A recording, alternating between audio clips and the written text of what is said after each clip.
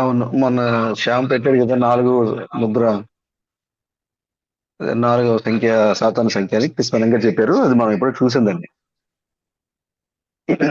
అయితే దేవుడు ఏదైతే ఏ సంఖ్యనైతే వాడుకుంటున్నాడో, దేవుడు ఏ పనైతే చేస్తున్నాడో, సాతాను కూడా అదే పని చేస్తున్నాడు.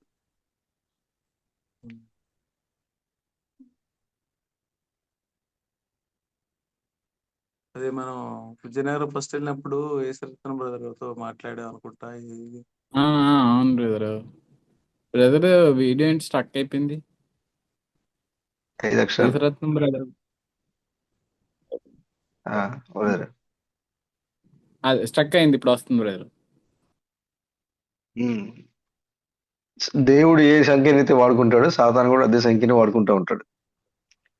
కాబట్టి క్రిస్పన్ గారు చెప్పారు 4 అనేది విడుదలకు సూచనగా ఉంది కాబట్టి ఐగుప్తు నుంచి 4వ తరం విడుదల పొందుకుంది. దేవుడు 4లో ఆయన విడుదలను ఇచ్చారు. నీతికరణం, శుద్ధీకరణం, పరిశుద్ధాత్మ బాప్తిసం తర్వాత 4 జీవం. ఇలాగ దేవుడు 4వ సంఖ్యలో విడుదలను ఇచ్చారు. 4 పరిపూర్ణమైన సంఖ్య, విడుదల సంఖ్య. 4 అనేది విడుదల సంఖ్య.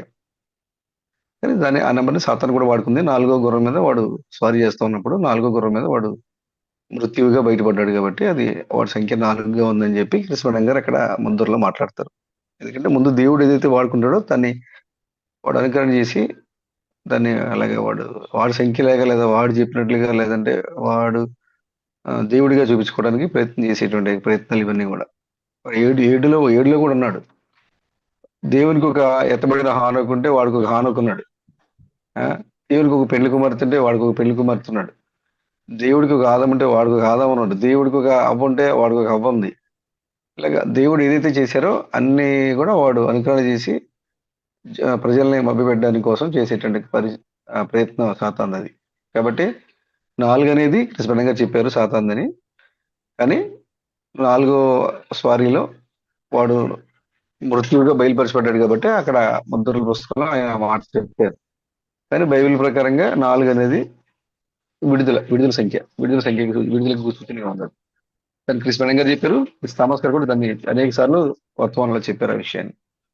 ఆ రోజు దాన్ని చెప్దాం అనుకున్నాను నేను, కానీ కొంచెం నేను పనిలో బిజీగా ఉండడం వల్ల నేను రెస్పాండ్ అవ్వలేకపోయాను నేను ఆ రోజు. సరే, మంచిది బ్రదర్, చాలా సంతోషం. మరలా ప్రభు యొక్క సన్నిధిలో తెలుసుకోవటం. మళ్ళా వచ్చే గురువారం రాత్రి మన సోదరుడు జయరాజ్ గారు ఆహ్వానించారు విజయవాడలో.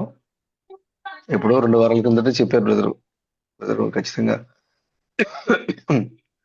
ఆ రోజు 25వ తారీఖు మీకు సెంటిమెంట్ అంటే ప్రార్థన అంటే క్రిస్మస్ అని లేకపోతే మా ఇంటి దగ్గర పెట్టుకుందాం అనుకుంటున్నాం మేము.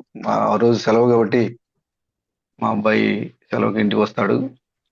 అతను ఉన్నప్పుడు పెట్టుకోవాలనుకుంటున్నాం కాబట్టి ఆ రోజు వస్తాడు ఆయన. పండగ కాబట్టి ఏదైనా సెంటిమెంట్ ఉంటే వద్దు, లేదు అంటే పెట్టుకుందాం అని చెప్పారు బ్రదర్ ఇప్పుడు. సరే, తప్పకుండా ఆగేం లేదు. లోకానికి పండగ అయితే ప్రార్థన పెట్టుకోవడానికి మనకి పండగ. ఒకవేళ మీ ఆశ ప్రకారం ఖచ్చితంగా పెట్టుకుందాం అంటే మేము వస్తాం బ్రదర్ అని చెప్పాను.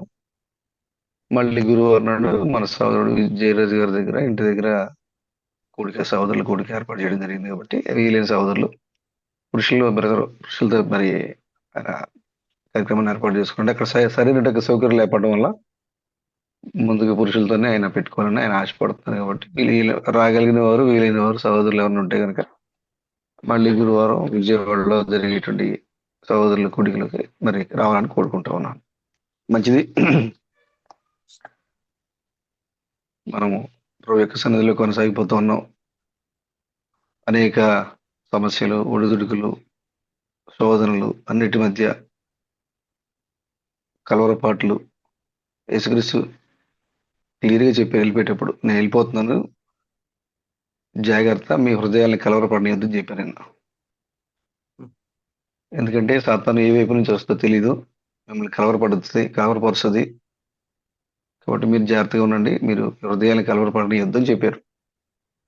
కాబట్టి మనం కూడా ఇప్పుడు మన హృదయాన్ని కలవరపడకుండా జాగ్రత్తగా మన యొక్క విశ్వాసాన్ని కాపాడుకునే సమయం ఇది. ఎవరికి వాళ్ళే ఏలియా వలె పైనుంచి వచ్చే ఆహారం చేత పోషించబడే సమయం ఇది. ఎవరు వచ్చారు ఏదో చేస్తారు అని ఎదురు చూడకుండా మీ యొక్క వ్యక్తిగత జీవితాన్ని ప్రభువుకి అప్పగించి, ప్రభువు మీకు ఇచ్చేటువంటి బయలుపాటుని పొందుకొని, పైనుంచి మీకోసం ప్రత్యేకించి పంపబడిన ఆహారాన్ని తీసుకునే సమయం ఇది. కాబట్టి ప్రతి ఒక్కరు కూడా మరి దేవుడు అనుగ్రహించేటువంటి ఆ యొక్క పరలోకపు మన్నాని మీకోసమే చాలా మంది ఆ యొక్క ఇస్రాయేల్ దేశంలో చాలా మంది ఉన్నప్పటికీ అరణ్యంలో ఉన్న ఏలి దగ్గరికి మాత్రమే ఆహారం వచ్చేది. చాలా మంది ఉన్నప్పటికీ అరణ్యంలో ఉన్న యాహాన్ దగ్గరికే వాక్యం వచ్చింది. కాబట్టి ఈ లోకంలో చాలా మంది విశ్వాసులు ఉన్నారు, చాలా సంఘాలు ఉన్నాయి, కానీ నీ దగ్గరికే ప్రభు వాక్యాన్ని పంపించారు. ఇది పరలోకం నుంచి నీ కోసం పంపబడుతుండే పరిశుద్ధ వాక్యం కాబట్టి దాన్ని కాపాడుకోవడం కోసం, ఆ వాక్యం కోసం, వాక్య పక్షాన్ని నిలబడటం కోసం మనం ప్రతి క్షణం కూడా పోరాటం చేయాల్సిన సమయం. ఏదో వైపు నుంచి సాతాను దాడి చేస్తూనే ఉంటుంది కాబట్టి దానికి ఏమో అక్కడ అవకాశం లేకుండా మనం ధైర్యంగా నిలబడే సమయం ఇది.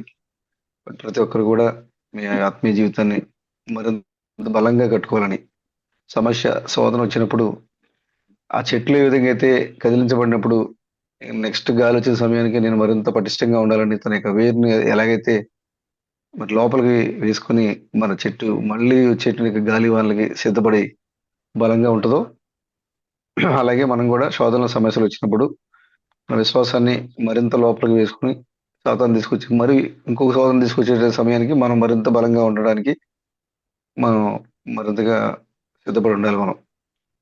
కాబట్టి ప్రభు యొక్క కృప మనకి ఎంత అవసరం. వ్యక్తిగతంగా ప్రభుతో అనుకొని వ్యక్తిగతంగా ప్రభు మీద మరి నిలబడి ఉండి సహోదరుల యొక్క సహవాసంలో ఉండేట సమయంలో మనం ఉన్నాం కాబట్టి మీ యొక్క ఆత్మీయ జీవితాన్ని జాగ్రత్తగా కాపాడుకోవాలని మీ సహోదరుడిగా నేను ప్రేమపూర్వకంగా మీకు చెప్తా ఉన్నాను. నేను ప్రభుకి స్తోత్రం కలిగాక హల్లెలూయా. చిన్న మాట చూద్దాం పరిశుద్ధ గ్రంథం నుంచి.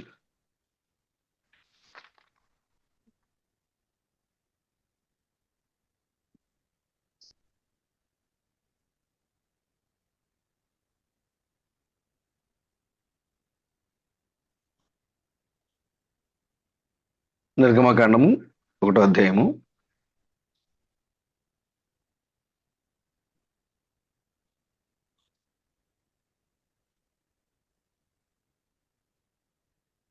1వ అధ్యాయం 15వ వచనం నుంచి.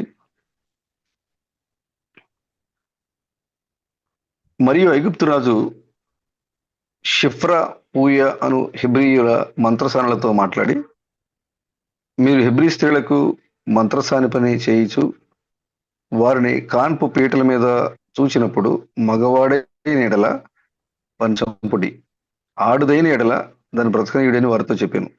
అయితే ఆ మంత్రసానులు దేవునికి భయపడి ఐగుప్తు రాజు తమకు ఆజ్ఞాపించినట్లు చేయక మగపిల్లలను బ్రతకనీయగా ఐగుప్తు రాజు ఆ మంత్రసానులను పిలిపించి, మీరెందుకు మగపిల్లలను బ్రతకనిచ్చితిరి, ఈ పని ఎలా చేసితిరి అని అడిగిన. అందుకు ఆ మంత్రసానులు, హెబ్రీ స్త్రీలు ఐగుప్తు స్త్రీల వంటి వారు కారు, వారు చురుకైన వారు. మంత్రసాని వారి యొద్దకు వెళ్ళక మునిపే వారు ప్రసవించి ఇందురని ఫరోతో చెప్పిరి. దేవుడు ఆ మంత్రసానులకు మేలు చేసెను. ఆ జనము విస్తరించి మిక్కిలి ప్రబలను. ఆ మంత్రసానులు దేవునికి భయపడినందున ఆయన వారికి వంశాభివృద్ధి కలుగజేశాను. అయితే ఫరో హెబ్రీలలో పుట్టిన ప్రతి కుమారుని నదిలో పారవేయడి, ప్రతి కుమార్తెను బ్రతకనీయుడి అని తన జనులందరికీ ఆజ్ఞాపించెను. ఆమె అదేవిధంగా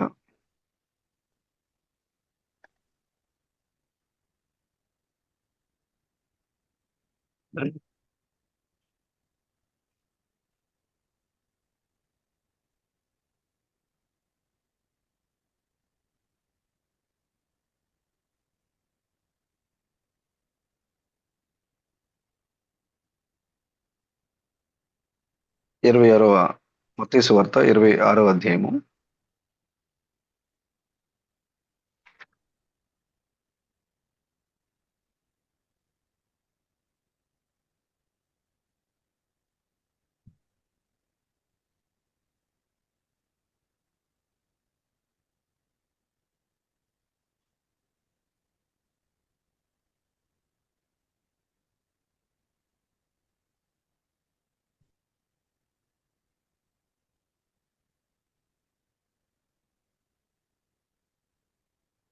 26వ అధ్యాయం. అవును బ్రదర్, ఒక్క నిమిషం చెప్తాను.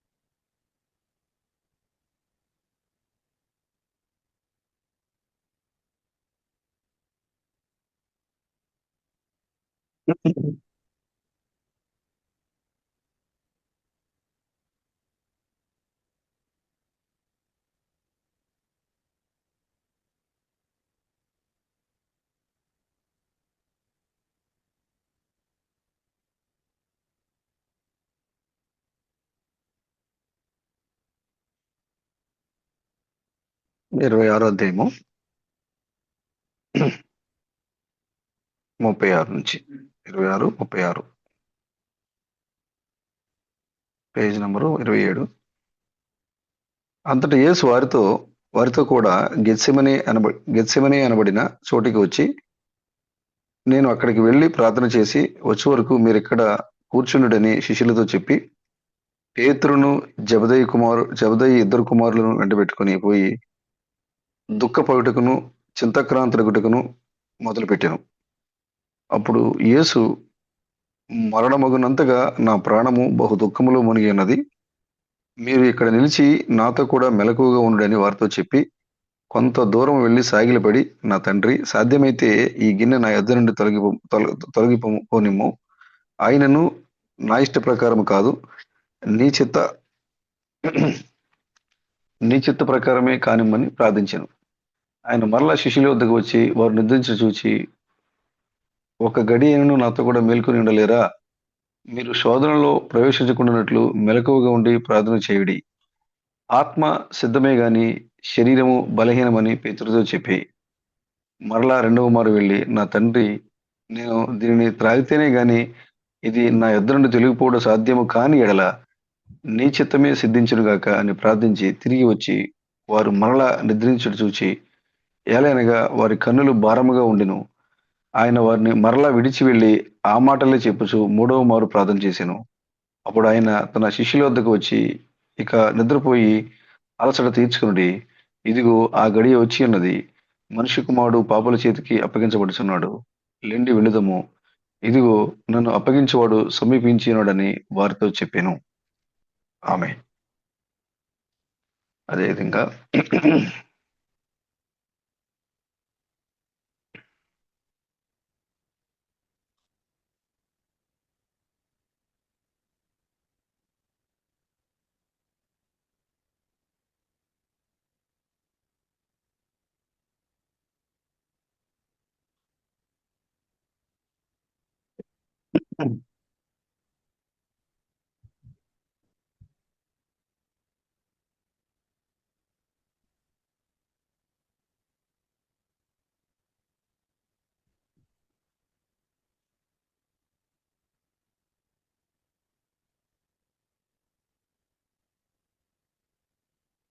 లూకాసు వార్త 22వ అధ్యాయము 39వ వచనం.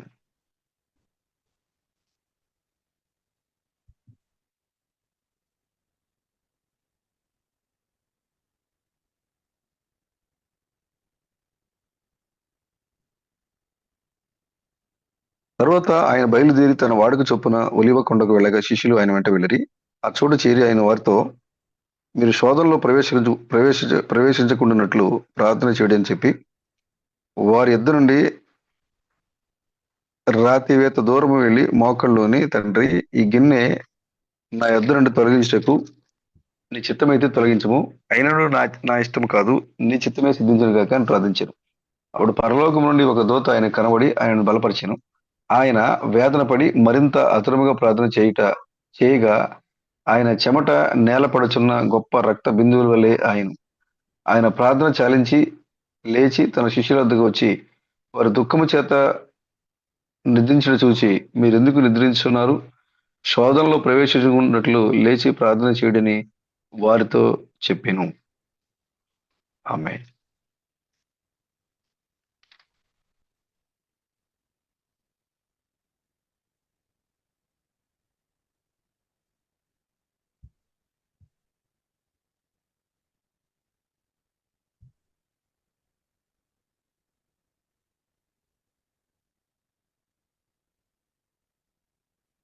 అదే మత్తయి సువార్త 4వ అధ్యాయము.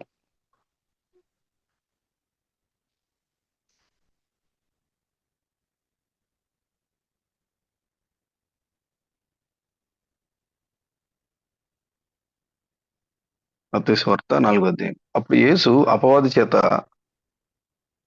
శోధించబోటకు ఆత్మ వలన అరణ్యమునకు కొనిపోబడిను. చదివే లేఖన బాగానే బాగా వింటున్నారని అనుకుంటాను నేను. మీరందరూ కూడా ఎక్కడే ఉన్నారు బ్రదర్?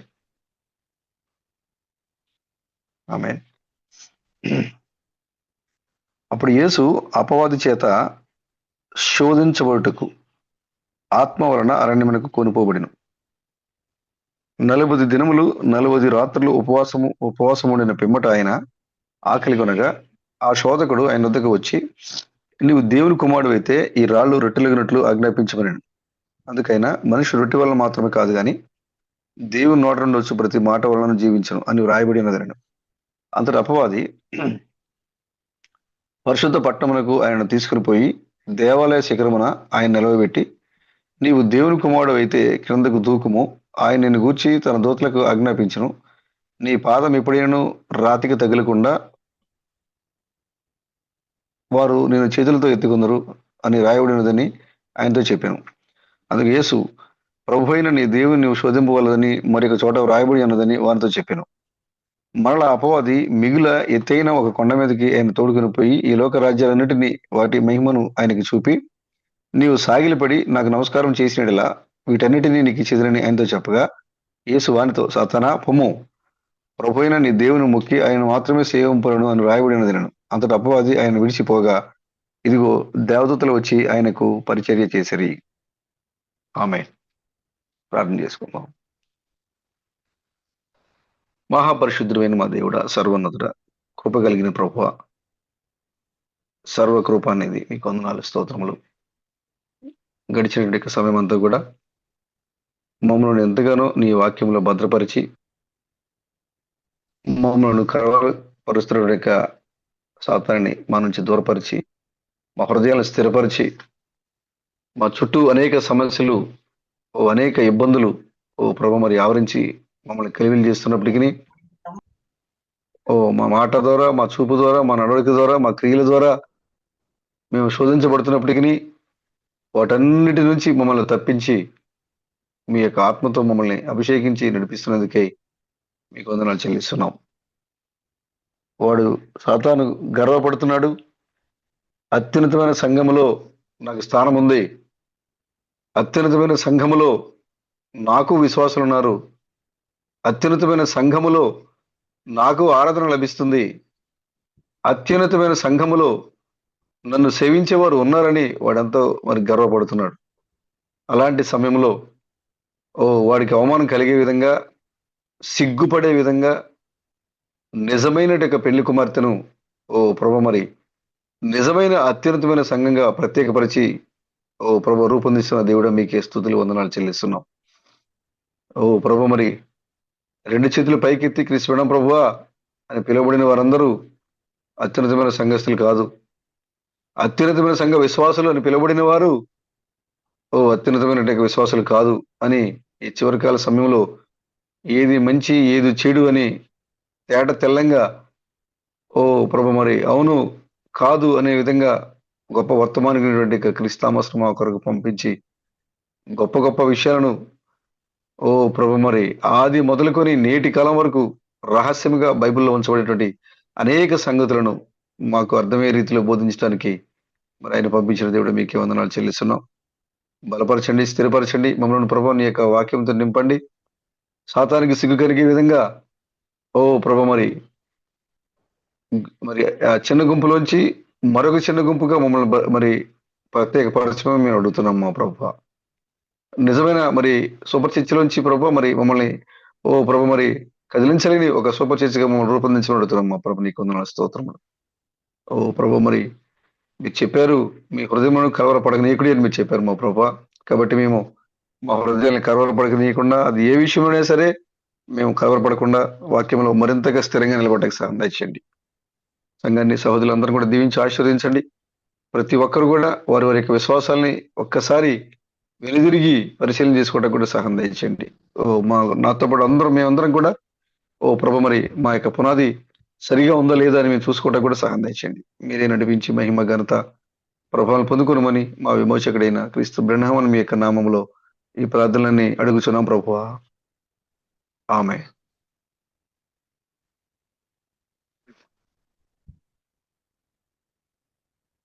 అందరికి మరి ఒకసారి వందనాలు బ్రదర్. మన దేహ సంబంధమైన విమోచకుడైన క్రీస్తు నామం పేరట శుభాభివందనాలు సోదరుల. వందనాలు బ్రదర్. God bless you.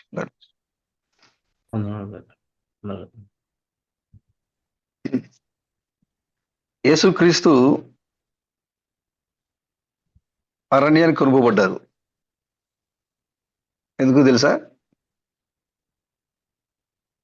ఎందుకు వెళ్ళారు బ్రదర్? బైబిల్ ఏమని రాయబడి ఉంది? మత్తయి సువార్త 4వ అధ్యాయం 1వ వచనంలో, అప్పుడు యేసు అపవాది చేత సాతాను చేత శోధించబడుటకు ఆత్మ వలన అరణ్యమునకు కొనుపోబడిను.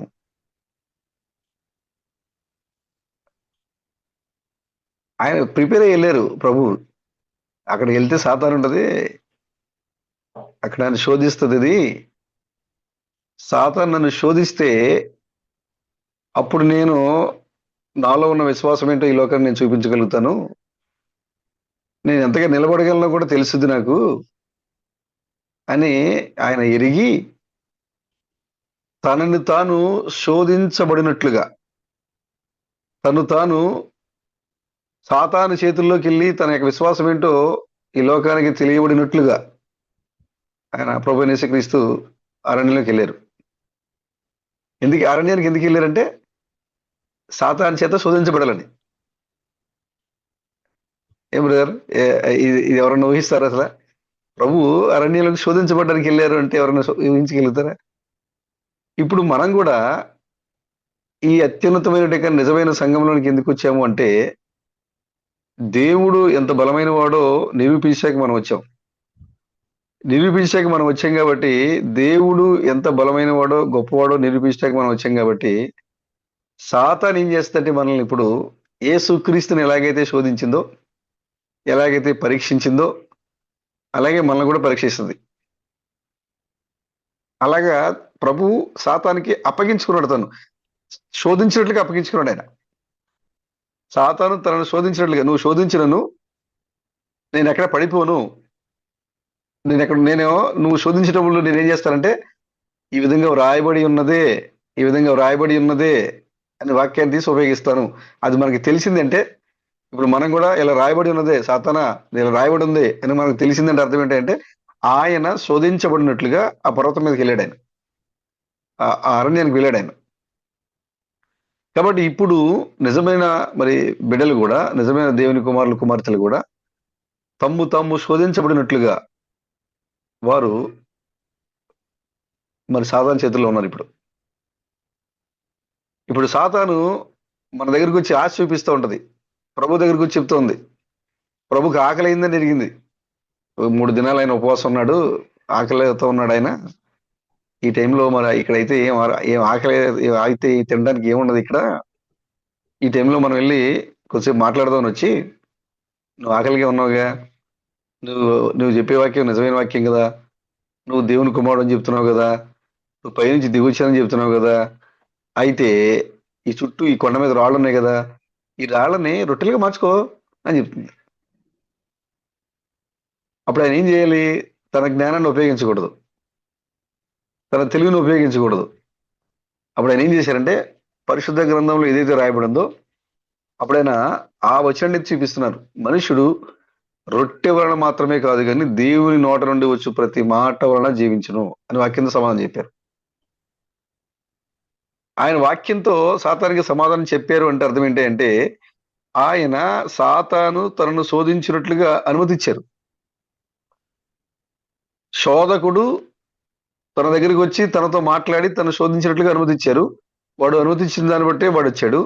వాడు వచ్చి ఇది చేయొచ్చుగా, అది చేయొచ్చుగా, నువ్వు విశ్వాసి కదా, నువ్వు ఇలా ఉండాలి కదా, నువ్వు అలా ఉండాలి కదా అని చెప్తా ఉంటే ఆయన "అది నిజమే, నాకు 3 రోజుల నుంచి మరి ఆకలిగా ఉంది, మరి ఉపవాసం ఉన్నాను నేను, నాకు చాలా ఆకలిగా ఉంది. నిజంగా మరి ఈ దేవుడు నిజమైన దేవుడై ఉంటే ఈ రొట్టెలు తీసుకుని నేను మార్చేసి తినేసేయచ్చు" అనే ఆ థాట్‌కి ఆయన వెళ్ళలేదు. ఆయన ఏం చెప్పారంటే, ఒకవేళ నేను ఈ రాళ్ళని రొట్టెలుగా మార్చి తిన్నా కూడా నాకు ఆకలేస్తది. కానీ దేవుని వాక్యాన్ని నేను భుజిస్తే నాకు ఆకలేదని చెప్పాడు ఆయన. ఆయన ఆకలితోనే ఉన్నాడు ఆయన. ఒకవేళ నేను ఈ రాళ్ళని రొట్టెలుగా మార్చేసి తీసుకుంటే నాకు మళ్ళీ ఆకలవుతుంది. మనుషుడు రొట్టె వలన మాత్రమే జీవించలేడు. అది తింటే మళ్ళీ ఆకలవుతుంది. కానీ మనుష్యుడు దేవుని నోట నుండి వచ్చే వాక్యం వలన, మాట వలన మనుషుడు జీవిస్తాడు అని చెప్పి సాతాను ఇక్కడ నోటు మూయించాడు ఆయన. కాబట్టి ప్రియమైన యొక్క సహోదరి సహోదరులారా, ఇప్పుడు మనము శోధకుడి యొక్క ముందు నిలబడి ఉన్నాం మనం. చూడండి, ఇక్కడ 2 కార్యాలు మనం చూడాలి. బైబిల్లో 2 సందర్భాలు మనం చదువుకున్నాం. మొదటిది యేసుక్రీస్తు సాతాను జయించారు ఇక్కడ.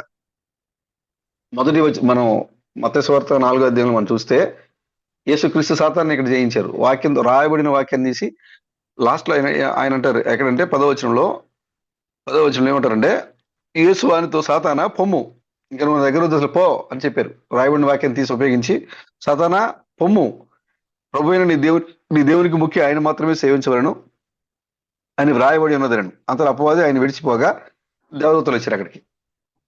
అంటే ప్రభు ఏం చేశారంటే సాతాన్ని వాక్యంతో జయించారు. ఇలా రాయబడి ఉంది, ఇలా రాయబడి ఉంది, ఇలా రాయబడి ఉంది అని జయించారు. అయితే మనం చదువుకున్నాం అక్కడ 22వ అధ్యాయంలో మనం చదువుకున్నాం. అక్కడ నా ప్రాణము మరణమగునంతగా దుఃఖపడుతున్నాడు ఆయన. ఆయన కన్నీరు విడిచి ప్రార్థన చేస్తున్నాడు ఆయన. అక్కడ అటు చూడండి ఏమంటున్నారు చూడండి, లూకా సువార్తలో కూడా ఇంకా క్లియర్గా ఉంది. 26లో చూడండి, 26లో మత్తయి, అంతటి యేసు వారితో కూడా గెత్సెమనే అనబడిన చోటికి వచ్చి, నేను అక్కడికి వెళ్ళి ప్రార్థన చేసి వచ్చే వరకు మీరు ఇక్కడ కూర్చున్నాడని శిష్యులతో చెప్పి పేతురును జబదయి 2 కుమారులను వెంటబెట్టుకుని పోయి దుఃఖపడుటకును చింతాక్రాంతుడకుటకును మొదలుపెట్టింది. ఇక్కడ మరలా ప్రార్థన చేయటం మొదలుపెట్టారు ఇక్కడ ప్రభు.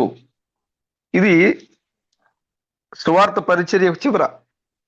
ఇందాక మనం అక్కడ చదువుకుంది సువార్త పరిచర్య ప్రారంభం. అది సువార్త పరిచర్య ప్రారంభంలో ఇలా రాయబడి ఉన్నది, ఇలా రాయబడి ఉన్నది, ఇలా రాయబడి ఉంది, పలానా ఈ వాక్యం ఉంది, పలానా ఈ వాక్యం ఉంది, సాతానా ఓ అతలకే అని ఖండించాడు ఆయన.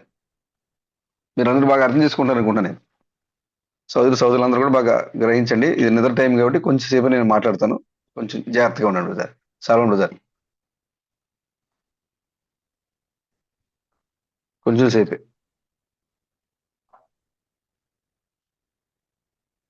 సువార్తకి ముందు ఇలా రాయబడి ఉంది, అలా రాయబడి ఉంది, అది దేవుడిని ప్రభు అయిన దేవుడిని శోధించవలదు, మనిషి రొట్టె వల్ల కాదు అని దేవుని మాట వల్ల జీవించను, ఈ లోక రాజ్యాలన్నీ కూడా నీకు ఇస్తా అంటే దేవుని వల్ల మాత్రం సాధ్యమవుతుంది. ఇవన్నీ కూడా రాయబడింది అని సాతాన్ని చివరికి ఏమంటారంటే, సాతానా అపవాది పో ఇతరుల నుంచి అన్నాడు ఆయన. వెళ్ళిపోయింది. ఎందుకంటే ఆయన రాయబడిన వాక్యాన్ని ఉపయోగించారు, సాతాన్ అక్కడ నుంచి వెళ్ళిపోయింది. జయించారు, సాతాన్ని ప్రభు జయించారు. శోధించబడడానికి వెళ్ళి శోధించబడి జయించారు అక్కడ. ప్రభు శోధించబడడానికి పర్వతానికి వెళ్ళి శోధించబడి జయించారు అక్కడ. సాతాన్ని జయించారు ఇక్కడ. రక్షణ అర్థమైంది కదా. ప్రభు సువార్త పరిచర్యకు ముందు శోధించబడడానికి వెళ్ళి శోధించబడి జయించారు. అది సువార్త ముందు, అది పరిచర్య ముందు. అది క్రీస్తు యొక్క రెండు పార్ట్లు ఇవి. యేసుక్రీస్తు యొక్క పరిచర్యకి 2 పార్ట్లు మనం మాట్లాడుకునేది. ఇప్పుడు సువార్త పరిచర్యకు ముందు శోధించబడ్డారు, జయించారు. ఇప్పుడు మనం చదువుకునేది ఏంటంటే, ఈ మత్తయి 26లో మనం చదువుకునేది ఏంటంటే, సువార్త ముగిసిపోయింది. ఇది ముగించబడిన సమయం ఇది. అంటే ఇప్పుడు ఆయన ఇప్పుడు ఏం చేస్తున్నారు చూడండి ఇక్కడ. అక్కడ సాతాన్ని ఈజీగా జయించారు. అక్కడ రాయబడి ఉంది నువ్వు పో అన్నారు, వెళ్ళిపోయింది సాతాను. ఇప్పుడు ఇక్కడ చూడండి ఏం చేస్తున్నారు చూడండి ఇక్కడ. 37 వచ్చిన జబదయి పేతురును జబదయి ఇద్దరు కుమారులను వెంట పెట్టుకుని పోయి దుఃఖపోటుకు చింతాక్రాంతులకు మొదలుపెట్టింది. ముగింపు పరిచర్య ముగింపులో దుఃఖము చింత, పరిచర్య ముగింపులో వేదన. అక్కడేమో అధికారంతో మాట్లాడుతున్నాడు. అక్కడ అపవాది పో అన్నాడు అక్కడ మొదట్లో. కానీ ఇక్కడికి వచ్చేసరికి దుఃఖము వేదన చింతాక్రాంతులు అయిపోయారు. చింతాక్రాంతులు అయిపోయి అప్పుడు యేసు ఎంతకంటే 38 చూడండి. అప్పుడు యేసు మరణమగునంతగా, బైబిల్ చూస్తున్నారు కదా లక్ష్మణ్ గారు, బైబిల్ చూస్తున్నారా? ఓకే మొబైల్ చూస్తున్నా బ్రదర్. ఓకే ఓకే అందరూ మెలుగుగా ఉన్నారు కదా బ్రదర్. ఈ వీడియో ఆన్ చేసి కదా మీరు, వీడియో ఆపేసి ఏం చేస్తున్నారో తెలియట్లేదు బ్రదర్. సిస్టర్స్ తప్ప పురుషులందరూ మీ వీడియో ఆన్ చేస్తే మంచిది. అంటే అంటే పనులుంటే ఉంటాయి ఏదో ఒకటి, కానీ పడుకుంటే నిద్రపోతారంటే మనం ఏం మాట్లాడకుండా ఎదుటి చదువులు చూస్తూ ఉంటే నిద్ర రాదు. ఒకవేళ మనం ఏదో నలసరిగా ఉన్నా నిద్రపోయినా మనలో ఏదో ఒకటి మీకు సిగ్నల్ ఇస్తూ ఉంటారు, మళ్ళీ మెలుగు వస్తుంది అట్లాగైనా. స్వార్థ పరిచర్యకి ముందు అధికారంతో ఆయన వాక్యాన్ని ఉపయోగించారు, సాతాను తరివేశారు. స్వార్థ అయిపోయిన తర్వాత ఇప్పుడు ఇక్కడ చింతాక్రాంతులు అయిపోయారు, ఏడవడం మొదలు పెట్టారు.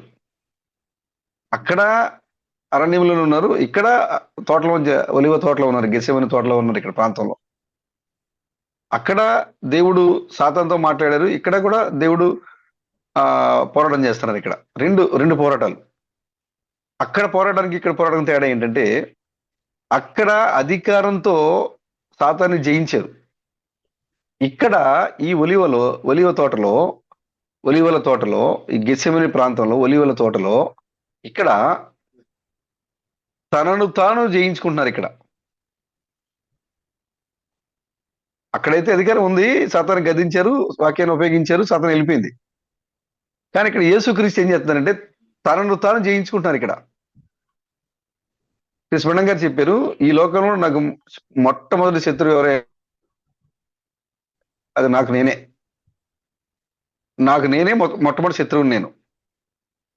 నాకు ఈ లోకంలో నాకు మొట్టమొదటి శత్రువు ఎవరైనా ఉన్నారు అంటే అది విలియం మ్యారియమ్ బ్రెనహాం అని పేరు చెప్పారు. అలాగే ఇప్పుడు కూడా మనకి కూడా ఈ లోకంలో ఎవరైనా శత్రువులు ఉన్నారంటే అది మొట్టమొదటిగా అది మనమే, మనకి ఎవరికి వాళ్ళే. ఎందుకంటే ఇప్పుడు రాజు శత్రువు ఎవరే అంటే రాజే. ఎందుకంటే ఏం చేస్తుందంటే లోపలుండి ఎదుటివారి ఎడల కపటమైనటువంటి ఆలోచన చేయడానికి ప్రయత్నం చేస్తూ ఉంటది. ఎదుటివారి ఎడల గౌరవం లేకుండా ఉండడం కోసం ప్రయత్నం చేస్తూ ఉంటది.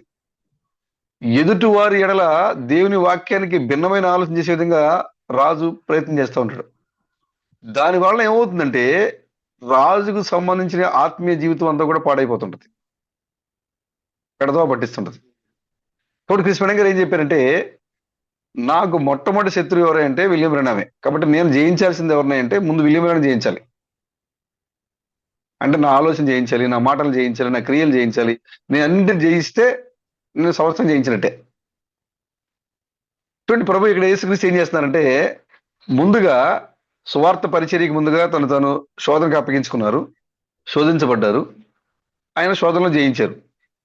ఇప్పుడు ఇక్కడ అప్పగించబడే ముందు ఆయన ఒంటరిగా వెళ్ళి ప్రార్థన చేయడం మొదలు పెట్టారు. ఒంటరిగా వెళ్ళి ప్రార్థన చేస్తూ ఆయన దుఃఖాక్రాంతులు అయిపోయాడు, చింతాక్రాంతులు అయిపోయారు. ఎంతగా అంటే అక్కడ 38 వచనం చూడండి. అప్పుడు యేసు మరణమగునంతగా నా ప్రాణము బహుదుఃఖములో మునిగి ఉన్నది, మీరు ఇక్కడ నిలిచి నాతో కూడా మెలకువగా ఉండుడని వారితో చెప్పి కొంత దూరం వెళ్ళి సాగిలపడి, నా తండ్రి సాధ్యమైతే ఈ గిన్నె నా యొద్ద నుండి తొలగిపోనిమ్ము, ఆయనను నా ఇష్ట ప్రకారం కాదు నీ చిత్త ప్రకారమే అని ప్రార్థన చేశారు. అంటే ఇక్కడ తను దేనికోసమైతే వచ్చారో ఆ పని నెరవేర్చబడిన సమయం వచ్చినప్పుడు ఆయన భయపడ్డారు, వేదన పడ్డారు, చింతాక్రాంతులు అయిపోయారు.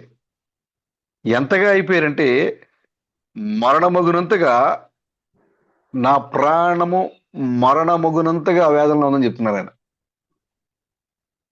నేను చనిపోయేంత వేదనలోకి వెళ్ళిపోయాడు ఆయన. అర్థమైందా బ్రదర్? ఎవరు చెప్పేది ఈ మాటలు? సాతాన్ని పో పో పో, వ్రాయబడింది అని చెప్పినటువంటి ఆ యేసుక్రీస్తు ఇప్పుడు ఇక్కడ తనను తాను లోక రక్షణ కొరకు ప్రాణం పెట్టాల్సిన పరిస్థితి వచ్చినప్పుడు, తనను తాను దేవునికి అప్పగించాల్సిన పరిస్థితి వచ్చినప్పుడు, వాక్యనదే ఆయన బాగానే ఉపయోగించాడు. ఇలాగ వ్రాయబడి ఉన్నది, ఇలాగ వ్రాయబడి ఉన్నది అని.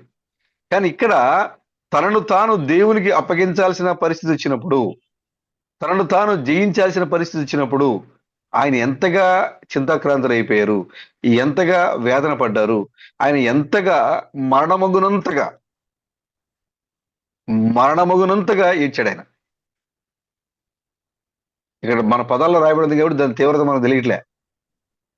ఆ సంఘటన గ్రహించి, ఆ సంఘటన చూసి ఆయన దేవుడు తనను ఏ విధంగా ఈ లోక రక్షణ కొరకు వాడుకోబోతున్నాడు అనే సంఘటన ఆయన గ్రహించి, పాత నిబంధన గ్రంథములో పస్కా బలి పశువు ఎలా అర్పించబడుతుందో ఆ యొక్క ఛాయ నమూనాలు చూసి తన యొక్క స్థితి ఎలా ఉండబోతుందో అని ఆయన ఎరిగి వేదన పడి దుఃఖక్రాంతుడైపోయి, చింతక్రాంతుడైపోయి, తన ప్రాణము మరణమగునంతగా దుఃఖములో మునిగిపోయాడు ఆయన. రెండు పరిచర్లు ప్రభుయి, సువార్తకు ముందు, సువార్తకు తర్వాత. సువార్తకు ముందు బాగా చెప్పారు, నువ్వు వాక్యంలో రాయబడింది, నువ్వు వెళ్ళిపో అని అన్నారు. సాతాను నిజంగా వాక్యాన్ని ఉపయోగించి వెళ్ళిపోయింది. కానీ ఇక్కడ ప్రభు తనకు తానుగా జయించాల్సిన వచ్చినప్పుడు పోరాటం చేస్తున్నారు. ఇక్కడ సాతాన్ని సింపుల్ గా జయించారు ఆయన. ఇలా రాయబడింది అని సాతాన్ని జయించారు. కానీ తనకు తాను జయించటం, తను తాను సిద్ధపరచుకోవటం, తనకు తానుగా దేవునికి అప్పగించుకోవటం ఎంత పోరాటం చూడండి బ్రదర్. ఎంతకంటే మరణమగునంతగా ఆయన పోరాటం చేస్తున్నాడు ఆయన. ఇప్పుడు ప్రతి ఒక్క విశ్వాస యొక్క పరిస్థితి ఇదే. ప్రతి విశ్వాస యొక్క పరిస్థితి ఇదే. ఈ వాక్యము నీ చేతికి వచ్చినప్పుడు, ఈ వాక్యాన్ని గురించి నువ్వు విన్నప్పుడు, క్రీస్తుబడం ప్రభు ఆయన మరలా రెండోసారి పరిచర్లు వచ్చారు అనే సందేశాన్ని నీకు తెలిసినప్పుడు, నీ చెవులకు వినబడినప్పుడు నీకు చాలా సంతోషంగా ఉన్నావు. ఓ, పరలోక అధికారం నాకు వచ్చింది. నువ్వు ఇప్పుడు దాకా ఆ వాక్యాన్ని తీసి ఉపయోగించావు, ఇప్పుడు దాకా జయించుకుంటూ వచ్చావు. ఇప్పుడు ఈ లోకాన్ని విడిచి వెళ్ళిపోయే సమయం అనేది. ఇప్పుడు రమేష్ బ్రదర్ యొక్క పరిచర్యకి ప్రారంభము సాతాను జయించాడు. రమేష్ బ్రదర్ యొక్క పరిచర్య ముగింపులో తనను తాను జయించాలి. ఇప్పుడు ఆయన అంతకు ముందు సాతాన్ని జయించాడు. ఆయన సాతాన్ని జయించడం బ్రదర్ ఎంత అల్పమైన కార్యమో చూడండి బ్రదర్. సాతాన్ని జయించడం అనేది ఎంత అల్పమైన కార్యమో చూడండి. సాతాన్ని ఈజీగా జయించవచ్చు. నువ్వు వాక్యాన్ని తీసి ఉపయోగిస్తే వాడు పారిపోతాడు. నువ్వు ఇలా రాయబడి ఉంది అని చెప్పేవనుకో వాడు పారిపోతాడు. కానీ రమేష్ బ్రదర్ జయించాలంటే ఒక పోరాటం. లక్ష్మణ్ బ్రదరు తను జయించి దేవునికి అప్పగించాలంటే, దేవుని యొక్క చిత్తం పరిపూర్ణంగా తన ద్వారా నెరవేర్చబడడానికి దేవునికి అప్పగించాలంటే అదొక పోరాటం. అదొక పోరాటమే. ప్రభు ఎందుకంటే అంత పరిశుద్ధంగా జీవించినటువంటి యేసుక్రీస్తే దుఃఖక్రాంతుడైపోయాడు, చింతక్రాంతుడైపోయాడు. అంతేకాకుండా తన దేవుని యొక్క చిత్తము తన ఎడల ఎలా నెరవేర్చబడుతుందో అని గుర్తెరిగి చూసి ఎంతగా దుఃఖించాడు ఆయన. ఇంకా మనం ఎలా ఉంటాం బ్రదర్? మన పరిస్థితి ఏంటి? మరి సాతాను మనల్ని శోధించినప్పుడు, సాతాను మన దగ్గరికి వచ్చినప్పుడు, సాతాను మనల్ని శోధకుడిగా ఉండి మనల్ని అనేక ఇబ్బందులకు గురి చేస్తూ ఉన్నప్పుడు వాక్యాన్ని తీసి ఉపయోగించి ఇలా జరిగింది అని ఉపయోగించేసాం. ఒక సహోదరుడు ప్రార్థన సహాయం అడిగినప్పుడు, ప్రభువా ఇది నా సహోదరు ఆపదలో ఉన్నాడు, ఇబ్బందులో ఉన్నాడు, అనారోగ్యంతో ఉన్నాడు, ఓ వాడు ఆ వ్యాధి వెనక దాగిన సాతాన క్రీస్తు బయణ నామంలో నేను బంధిస్తున్నాను, నా సహోదరునికి విడుదలనిస్తున్నాను అని చెప్పినప్పుడు అక్కడ సాతాను విడిచిపెట్టి పారిపోయేవాడిగా ఉన్నాడు అక్కడ. ఎందుకంటే మనం వాడింది ఏంటంటే మన తెలివి మన జ్ఞానము కాదు, అక్కడ వాక్యాన్ని ఉపయోగించి మనం అక్కడ వాడు పారిపోయాడు. కానీ ఇప్పుడు ఇప్పుడు నీవు నిన్ను జయించాలి, నిన్ను నువ్వు జయించాలి. ఆయన ప్రభువుకి తనను తాను జయించి ప్రభు యొక్క చిత్తాన్ని తన ద్వారా నెరవేర్చడానికి ఎంత వేదన పడ్డారో ఇక్కడ మనం చూస్తూ ఉంటే, ఇప్పుడు నీవు కూడా ప్రభువుకి అప్పగించడానికి నీ వలన దేవుని యొక్క చిత్తము ఈ లోకంలో పరిపూర్ణంగా నెరవేర్చబడడానికి అంతే శోధన, అంతే వేదన, అంతే దుఃఖం పడాలి ఇప్పుడు నీకు. ఖచ్చితంగా అలాగే నీకు నీ యొక్క ముగింపు పరిచర్య నీకు అలాగే ఉండబోతుంది. చూడండి, ఇక్కడ మనం నిర్గమకాండలో మనం చదువుకున్నాం, హెబ్రీ స్త్రీలు ఐగుప్తు స్త్రీలు వంటి వారు కారు. ఆ శోధకుడు ప్రభువే వెళ్ళిపోయాడు శోధకుడి దగ్గరికి, ప్రభువే వెళ్ళిపోయాడు శోధకుడి దగ్గరికి వెళ్ళి నన్ను శోధించుకో కావాలంటే అన్నాడు ఆయన. వాడు శోధించాడు, ఏం జయించాడు. కారణం ఏంటంటే ఆయన వాక్యం విన్నారు కాబట్టి. ఇప్పుడు శోధకుడు మన దగ్గరికి వచ్చి మనల్ని శోధిస్తున్నాడు, శోధకుడు మన దగ్గరికి వచ్చి మనల్ని శోధిస్తున్నాడు, కానీ మనం వాడికి అవకాశం ఇస్తున్నాం. అంటే ఎంత వ్యత్యాసం ఉంది బ్రదర్, ఎంత తేడా ఉంది చూడండి. ప్రభువే అక్కడికి వెళ్ళి శోధించబడి జయించాడు. వాడు మన దగ్గరికి వచ్చి శోధిస్తూ ఉంటే మనం శోధనలో పడిపోతున్నాం, మనం జయించలేకపోతున్నాం. హెబ్రీ స్త్రీలు చూడండి, వాళ్ళు ఐగుప్తు స్త్రీల వంటి వారు కాదు. వాళ్ళు చురుకైన వారు. ఆ ఐగుప్తులో ఇజ్రాయేల్ జనసంఖ్య పెరిగిపోతున్నప్పుడు ఐగుప్తు రాజు దాన్ని చూసి కలవరపడి, మనం ఇలాగే వదిలేస్తే మన దేశంలో ఐగుప్తుల కంటే ఇజ్రాయేలీలు ఎక్కువైపోతారు, ఐగుప్తీల పురుషుల కంటే ఇజ్రాయేలీల పురుషులు యవనులు బలమైన వారు, తెలివి కలిగిన వారు, యుద్ధ వీరులు, వాళ్ళు అన్నింటిలో నేర్పరులు వాళ్ళు. కాబట్టి ఇలాగే వదిలేస్తే ఈ సంతతి పెరిగిపోయి తీరా ఐగుప్తు దేశాన్ని వాళ్లే స్వాధీనపరుచుకుంటారనే భయంతో ఐగుప్తు దేశంలో ఇజ్రాయేలు మగ సంతతి ఉండకూడదు అనే ఒక కుట్రపూర్వకమైన ఆలోచనతో ఒక చట్టం తెచ్చాడు. ఆ చట్టానికి 2 మంత్రసాలను నియమించాడు. షిఫ్రా పూయా అని ఒక 2 పిలిచాడు. షిఫ్రా పూయా అనే 2 మంత్రసాలను పిలిపించి, మీరు ఇక మీదట మంత్రసాలుగా ఉండండి, మీ డ్యూటీ ఏంటంటే ఈ యొక్క ఐగుప్తు దేశంలో ఎక్కడైతే ఇజ్రాయేల్ యొక్క స్త్రీలు గర్భిణీలుగా ఉంటారో వారు కాన్పు పీటల మీద ఉన్నప్పుడే ఆ డెలివరీ అయిపోయిన బిడ్డ ఎవరో చూడండి, ఆడదైతే మీరు బ్రతకనేయండి, మగదైతే చంపేయమని చెప్పాడు. వాళ్ళు దేవుని వలన ప్రేరేపించబడిన వారే ఆ యొక్క ఇజ్రాయేల్ యొక్క పిల్లల్ని వదిలేశారు, మగ పిల్లల్ని బ్రతకనిచ్చారు, చంపలేకపోయారు వాళ్ళు. కారణం ఏంటంటే వాళ్ళు దేవుడికి భయపడ్డారు. వాళ్ళు షిఫ్రా పూయా అనే 2 మంత్రస్థానాలు, ఐగుప్తు యొక్క మంత్రస్థానాలు దేవునికి భయపడి ఇజ్రాయేలీల యొక్క మగ పిల్లల్ని చంపలేదు. అందువల్ల వారి యొక్క సంఖ్య పెరిగిపోయింది. మళ్ళీ ఇది చూసినప్పుడు రాజు మరలా వాళ్ళు పిలిపించి అడిగాడు, అయ్యా మీరు ఎందుకు మీ డ్యూటీని సక్రమంగా మీరు చేయలేకపోయారంటే, వాళ్ళు ఏం చెప్పారంటే, ఈ హెబ్రీ స్త్రీలు మన స్త్రీల వంటి స్త్రీలు కాదు, వీళ్ళు చురుకైన వారు. వీళ్ళు మనం ఆ డెలివరీ సమయానికి కాన్పు పీటల వద్దకు వెళ్ళే సమయానికి వీళ్ళు కాన్పు చేసుకుని ఆ బిడ్డను దాచేస్తున్నారు. ఆ బిడ్డలు మనకు కనపట్లేదు. మనవాళ్ళు అయితే అంత చురుగ్గా ఉండరు, వాళ్ళు చురుగ్గా ఉండి ఆ బిడ్డలు దాచిపెట్టేస్తున్నారు అని వాళ్ళు చెప్పారు, ఆ మాట చెప్పారు. కాబట్టి ప్రభువు ఆ షిఫ్రా పుయ్య యొక్క సంతాన వంశాన్ని అభివృద్ధి చేశారంట. ఎందుకంటే దేవుని యొక్క సంతానం పెరగడానికి ఆ మంత్రసాలను ఉపయోగపడ్డారు. ఐగుప్తులో వాళ్ళు దేవునికి భయపడ్డారు, వాళ్ళు దేవుని మాటలు లోబడ్డారు వాళ్ళు. కాబట్టి ఇజ్రాయేల్ యొక్క పిల్లల్ని చంపలేదు. కాబట్టి వారి యొక్క వంశాభివృద్ధి జరిగింది అక్కడ. షిఫ్రా పూయ యొక్క ఐగుప్తు యొక్క మంత్రసాల యొక్క వంశాభివృద్ధి జరిగింది అక్కడ. ఇక్కడ చూడండి, ఎవరైతే హెబ్రీ స్త్రీల వలె చురుకైన వారుగా ఉండి మంత్రస్థానాలు అక్కడికి వస్తారో, అప్పటికే దేవుడు వారికి ఇచ్చిన బహుమానాన్ని వాళ్ళు దాచిపెట్టేశారో ఇక ఐగుప్తు పర్వం కావట్లేదు. అది ఎవరైతే నిర్లక్ష్యంగా ఉండి, బద్ధకంగా ఉండి, ఎవరైతే చురుగ్గా లేకుండా వాళ్ళు మరి ఆ యొక్క బహుమానాన్ని అలాగే ఉంచారో, ఆ యొక్క సంతానము ఏమైపోయిందంటే ఐగుప్తు దేశంలో బలైపోయింది. లేదా వారికి దేవుడు వారికి ఇచ్చిన బహుమానము అక్కడ బలైపోయింది ఐగుప్తు దేశంలో. ఇప్పుడు ఇక్కడ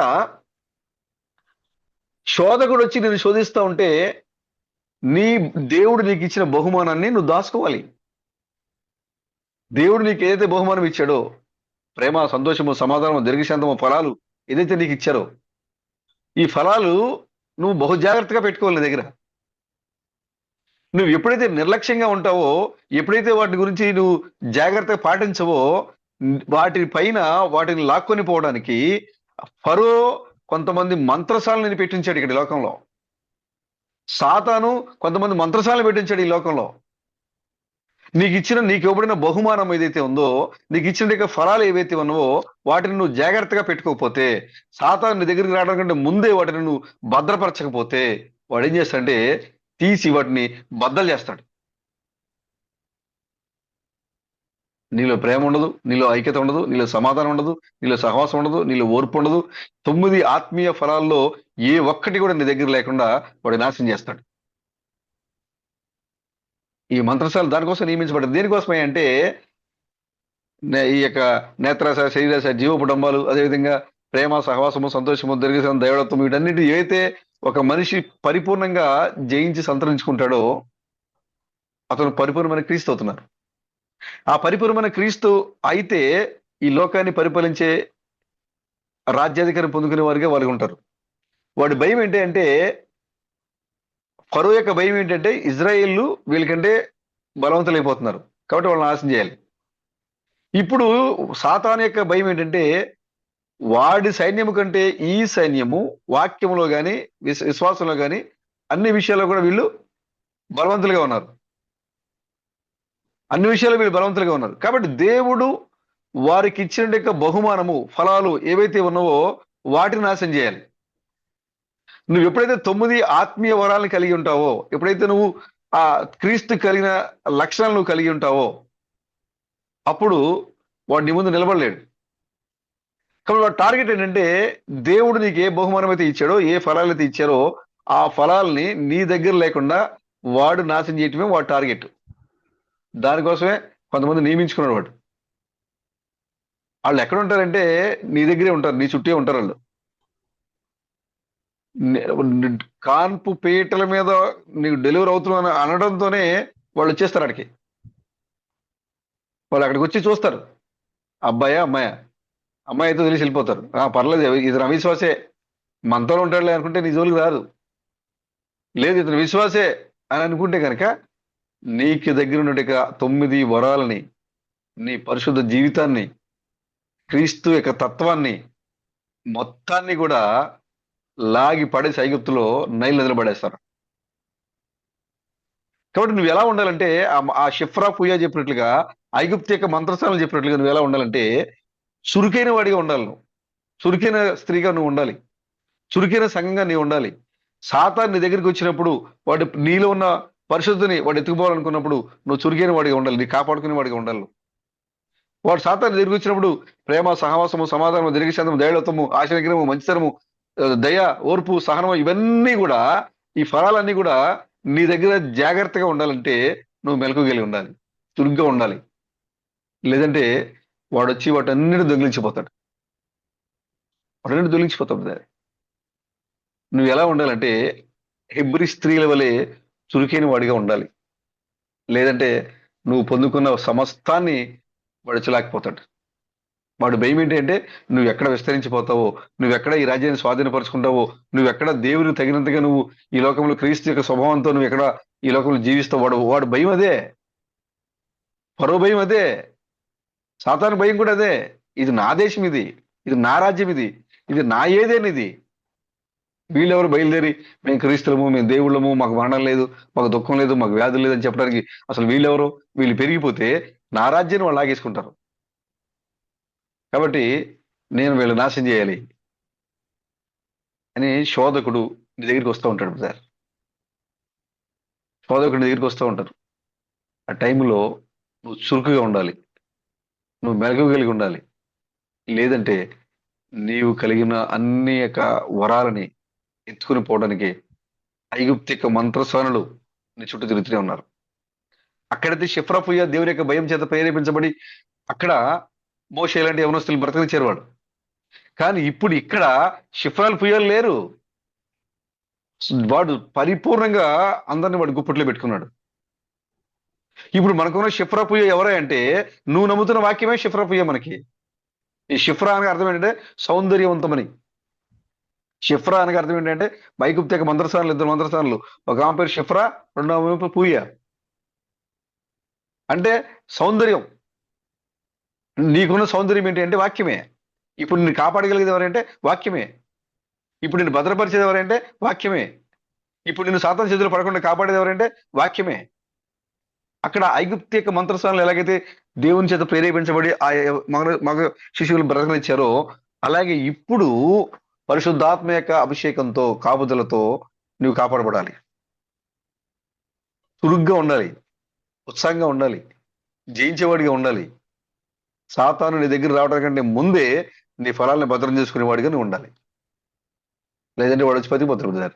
నువ్వు ఎక్కడ ఏమాత్రం కూడా వాడికి శోధకుడికి నువ్వు అవకాశం ఇచ్చావో వాడు వచ్చి నీలో ప్రవేశించి నీలో ఉన్న సమస్తాన్ని పట్టుకుపోతాడు. నువ్వు ఇప్పుడు దాకా రాయబడిన వాక్యాన్ని తీసి ఉపయోగించావు యేసుక్రీస్తు వలె. ఇలా రాయబడినది రాయబడినది రాయబడినది రాయబడినది అని ఉపయోగించావు. నువ్వు ఉపయోగించింది వాక్యం కాబట్టి, వాక్యం ముందు ఏది నిలబడలేదు కాబట్టి నువ్వు ఈ లోకంలో జయించిన వాడిగా కనపడ్డావు. కానీ ఇప్పుడు జయించాల్సింది ఎవరంటే నీకు నీవుగా నువ్వు జయించాలి. ఇప్పుడుదే మనం వాక్యం మన చేతిలో పెట్టుకుని జయించినట్లుగా మనం అనుకున్నాం. కానీ వాక్యం మన చేతిలో ఉండటం వల్ల మనం జయశీలుగా కనపడ్డాం. కానీ ఇప్పుడు దేవుని చిత్తము నీ ద్వారా పరిపూర్ణంగా నెరవేర్చడానికి నిన్ను నువ్వు జయించుకోవాలి. నిన్ను నువ్వు జయించుకోవాలంటే అది పెద్ద పోరాటం సోదరుడా. యేసుక్రీస్తే మరణమగునంతగా తనను తాను యేసుని జయించాల్సి వచ్చింది. యేసు అనే మానవుడిని జయించాల్సి వచ్చింది. దేనికంటే భయపడ్డాడు ఆయన. ఆయన అడుగుతున్నాడు, ప్రభువా నీ చిత్తమైతే సాధ్యమైతే ఈ గిన్నెను తొలగిస్తావా? నన్ను ఈ శ్రమంలోంచి తప్పిస్తావా? ఎవరు అడుగుతున్నారు బ్రదర్? ప్రభు అడుగుతున్నారు. ఎందుకంటే అది ఆయన శరీరం ద్వారా జరగాలి. అది ఆయన పరిపూర్ణంగా ఆయన తను అప్పగించుకోవాలి.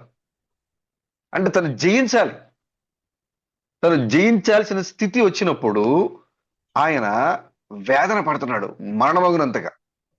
అంతకుముందు వాక్యాన్ని ఉపయోగించి సాతాను దయించాడు, రోగాలను భయపెట్టాడు. ఆయన చాలా అల్పమైన కార్యాలు పోతారు ఇవన్నీ కూడా. రోగాన్ని గద్దించడం, సాతాన్ని జయించడం, అర్థమైంది బ్రదర్? సాతాన్ని సాతాన పో అని చెప్పడం చాలా అల్పమైన కార్యం.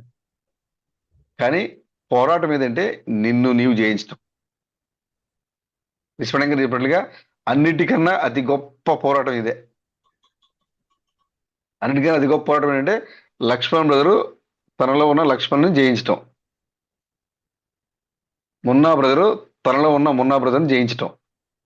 మున్నా బ్రదరు తనలో ఉన్న మున్నా బ్రదర్ని జయించకపోతే తను దేవుని చిత్తానికి లోబడలేడు. లోకము ఆయన ఏదైనా సమస్య వచ్చినప్పుడు ఆ సమస్య అతను భయపెట్టేస్తుంది. ఏదైనా శోధన వచ్చినప్పుడు ఆ శోధనకి అతను లోబడిపోతాడు, భయపడిపోతాడు. ఏదైనా వాక్య వ్యతిరేకమైన కార్యాలు నీ ముందుకు వచ్చినప్పుడు దానికి నువ్వు లోబడిపోతావు. కారణం ఏంటంటే నిన్ను నీవు జయించలేకపోయావు. నువ్వు ఎప్పుడైతే నువ్వు జయించగలుగుతావో అప్పుడు నీ ముందు ఏది నిలబడినా కూడా నువ్వు భయపడవు. కాబట్టి ఇక్కడ ప్రభువే 2 చోట్ల చూడండి ఎంత వ్యత్యాసమైన కార్యం చేశారు చూడండి. అక్కడేమో రాయబడినది అని ఉపయోగించి సమస్తాన్ని లోపరుచుకున్నారు. ఇక్కడ తను అప్పగించడానికి ఏకాంతంగా వెళ్ళి ప్రార్థన చేయటం మొదలుపెట్టారు. అంతేకాకుండా ప్రభు శిష్యులు చెప్తున్నారు ఏమంటే మీరు శోధనలో ప్రవేశించకుండానట్లు మెలకువ కలిగి ప్రార్థన చేయండి. శోధనలో నువ్వు వెళ్లకుండా ఉండాలంటే ఏం చేయాలి? మెలకువ కలిగి ప్రార్థన చేయాలి. శోధకుడు మన దగ్గరే ఉన్నాడు బ్రదర్. ఏదో ఒక రూపంలో వచ్చి మనం శోధించడానికి వాడు ట్రై చేస్తూ ఉంటాడు. కాబట్టి ఆ శోధనలో మనం పడిపోకుండా ఉండాలంటే మెలకువ కలిగి ఉండాలి, ప్రార్థన చేయాలి, నిలబడాలి, నిన్ను నువ్వు జయించాలి. సోదరుడా, యేసు క్రీస్తే తనను తాను దేవునికి అప్పగించడానికి పోరాటం చేశారు అక్కడ. సాధ్యమైతే ఈ గిన్నెను తొలగించని అడిగాడు ఆయన. ఆయనను నీ చిత్తమే, సాధ్యమైతే ప్రభు తీసేయి, భయపడ్డాడు ఆయన. ఆయన కూడా నీ చిత్తమే. లేదు ఇలా జరగాలని ఉంటే జరుగును గాక. ఆయన అన్నాడు, ఒకవేళ నేను ఎలా శ్రమ పడాలి అని నీకు అనిపిస్తే అలాగే జరుగును గాక. అంటే తనను తను పరిపూర్ణంగా ప్రభువుకి అప్పగిస్తూ ఉన్నాడు. ఒక మానవుడు తనను తను దేవునికి అప్పగించుకున్నాడు అక్కడ. తన దేవుని యొక్క చిత్తాన్ని తన ద్వారా నెరవేర్చడానికి అప్పగించుకున్నాడు అక్కడ. ఇప్పుడు వరకు సోదరుడా, నీవు సహోదరి, నువ్వు కూడా రాయబడిన వాక్యాన్ని తీసి ఉపయోగించావు, పలుకబడిన వాక్యాన్ని తీసి నువ్వు ఉపయోగించావు. కానీ ఇప్పుడు నిన్ను నీవు పరిపూర్ణంగా దేవునికి అప్పగించుకునే సమయం ఇది. ఇప్పుడు దాకా నీలో క్రియ చేసింది పలుకబడిన వాక్యము, రాయబడిన వాక్యము. ఇప్పుడు నీ ద్వారా క్రియ చేయాలంటే, దేవుడు నీ ద్వారా తన చిత్తాన్ని పరిపూర్ణంగా ఈ లోకంలో చేయాలంటే నిన్ను నీవు పరిపూర్ణంగా దేవునికి అప్పగించుకోవాలి. ఈ అప్పగించుకునే క్రమంలో నువ్వు పెద్ద పోరాటమే చేయాల్సి వచ్చింది. ఇప్పుడు చేయాలి. నీ చుట్టూ పోరాటం చేయాలి, నీ చుట్టూ ఉన్న వారితో పోరాటం చేయాలి, నువ్వు బంధువులతో పోరాటం చేయాలి, నీ భార్య అవిశ్వాసాలు అయితే నీ భార్యతో పోరాటం చేయాలి, నీ భర్త అవిశ్వాసం అయితే నీ భర్తతో పోరాటం చేయాలి, నీ బిడ్డలతో పోరాటం చేయాలి, లోకస్తులతో పోరాటం చేయాలి, నీ చుట్టూ ఉన్న వారితో పోరాటం చేయాలి, అన్నిటితో పోరాటం చేయాలి. ఖచ్చితంగా పోరాటం చేయాలి. ఇది ఏ సమయం అంటే నిన్ను నీవు జయించే సమయము. అర్థమైంది బ్రదర్? ఎంత అంటే మనల్ని మనం జయించటము ఎంత పెద్ద పోరాటమో. సాతాన్ని జయించడం కన్నా, వ్యాధుల్ని జయించడం కన్నా మనల్ని మనము జయించడం అంత పెద్ద పోరాటం అది. కానీ మనం దాన్ని చాలా చాలా చిన్నదానిగా ఎంచుతాం. మనం చిన్న విషయంగా చూస్తాం. మనం చూడండి, దావీదుని చూడండి బ్రదర్, ఒకసారి దావీదు చూడండి. అన్నలను ప్రేమించాడు, అన్నలు దూరంగా పెట్టేశారు దావీదుని చిన్నప్పటి నుంచే. అయినా అన్నలంటే ఎంతో ప్రేమ. ఒక రోజు తండ్రి పిలిచాడు, అన్నలు చాలా రోజులు అయిపోయింది, వెళ్ళిపోయి ఒకసారి కొంత ఆహారం పట్టుకుని వెళ్ళి అన్నలకి ఇచ్చి క్షేమ సమాచారం తెలుసుకుని రా అని పంపించాడు. ఆహారం పట్టుకుని వెళ్ళాడు. ఆహారం పట్టుకుని యుద్ధ భూమిలోకి వెళ్ళాడు. వెళ్ళేసరికి అక్కడ ఒక సమూహం కనపడింది దావీదుకి. అక్కడ అందరూ భయపడుతుంటున్నారు. అక్కడ ఒక పెద్ద ఎత్తైన వ్యక్తి వచ్చి ఒక ఈటిని పట్టుకుని వచ్చి అక్కడ నిలబడి పెద్దగా స్వరంతో గాండ్రించి చెప్తున్నాడు, మీరందరూ నాతో యుద్ధం చేసిన పని లేదు, నా సైన్యం యుద్ధం చేసిన పని లేదు, నన్ను ఓడించండి చాలు, మా వాళ్ళంతా మీకు లోబడిపోతారు అని సవాలు విసురుతున్నాడు. వీళ్ళు దాన్ని చూసి పారిపోతున్నారు. ప్రతిరోజు వాళ్ళు యుద్ధ పంక్తులుగా తీర్చడం, గొలియాతు బయటకు వచ్చి కేకలు పెట్టడం, వీళ్ళు భయపడి పారిపోవడం, ఇది జరుగుతోంది. ఆ సమయానికి దావీదు అక్కడికి వచ్చాడు. 17 సంవత్సరాల బాలుడు యుద్ధభూమిలోకి వచ్చాడు ఆహారంతో. వచ్చి ఆ సందర్భాన్ని చూసి ఆవేశంతో, పౌరుషంతో, సున్నతులను పిలిచి చూసి మీరు పారిపోతున్నారంటే అన్నాడు. పౌరుషం వచ్చేసింది దానికి. సున్నతులని పిలిస్తే చూసి అర్థమైంది బ్రదర్? నా మాటలే అర్థమవుతుంది బ్రదర్? మెలుగుగా ఉన్నారు అందరూ? పడుకున్నారా? అర్థమైతేనే బ్రదర్. నాకు ఇద్దరు ముగ్గురే కనపడుతున్నారు. సిస్టర్స్ ఎక్కువ ఉన్నారా? ప్రశాంత్ బ్రదర్ కూడా నిద్రపోతున్నట్టున్నారు. అంటే వీడియో ఆపారంటే నిద్రపోయినట్టే. పురుషులు మటుకే లేదు brother. God bless you brother.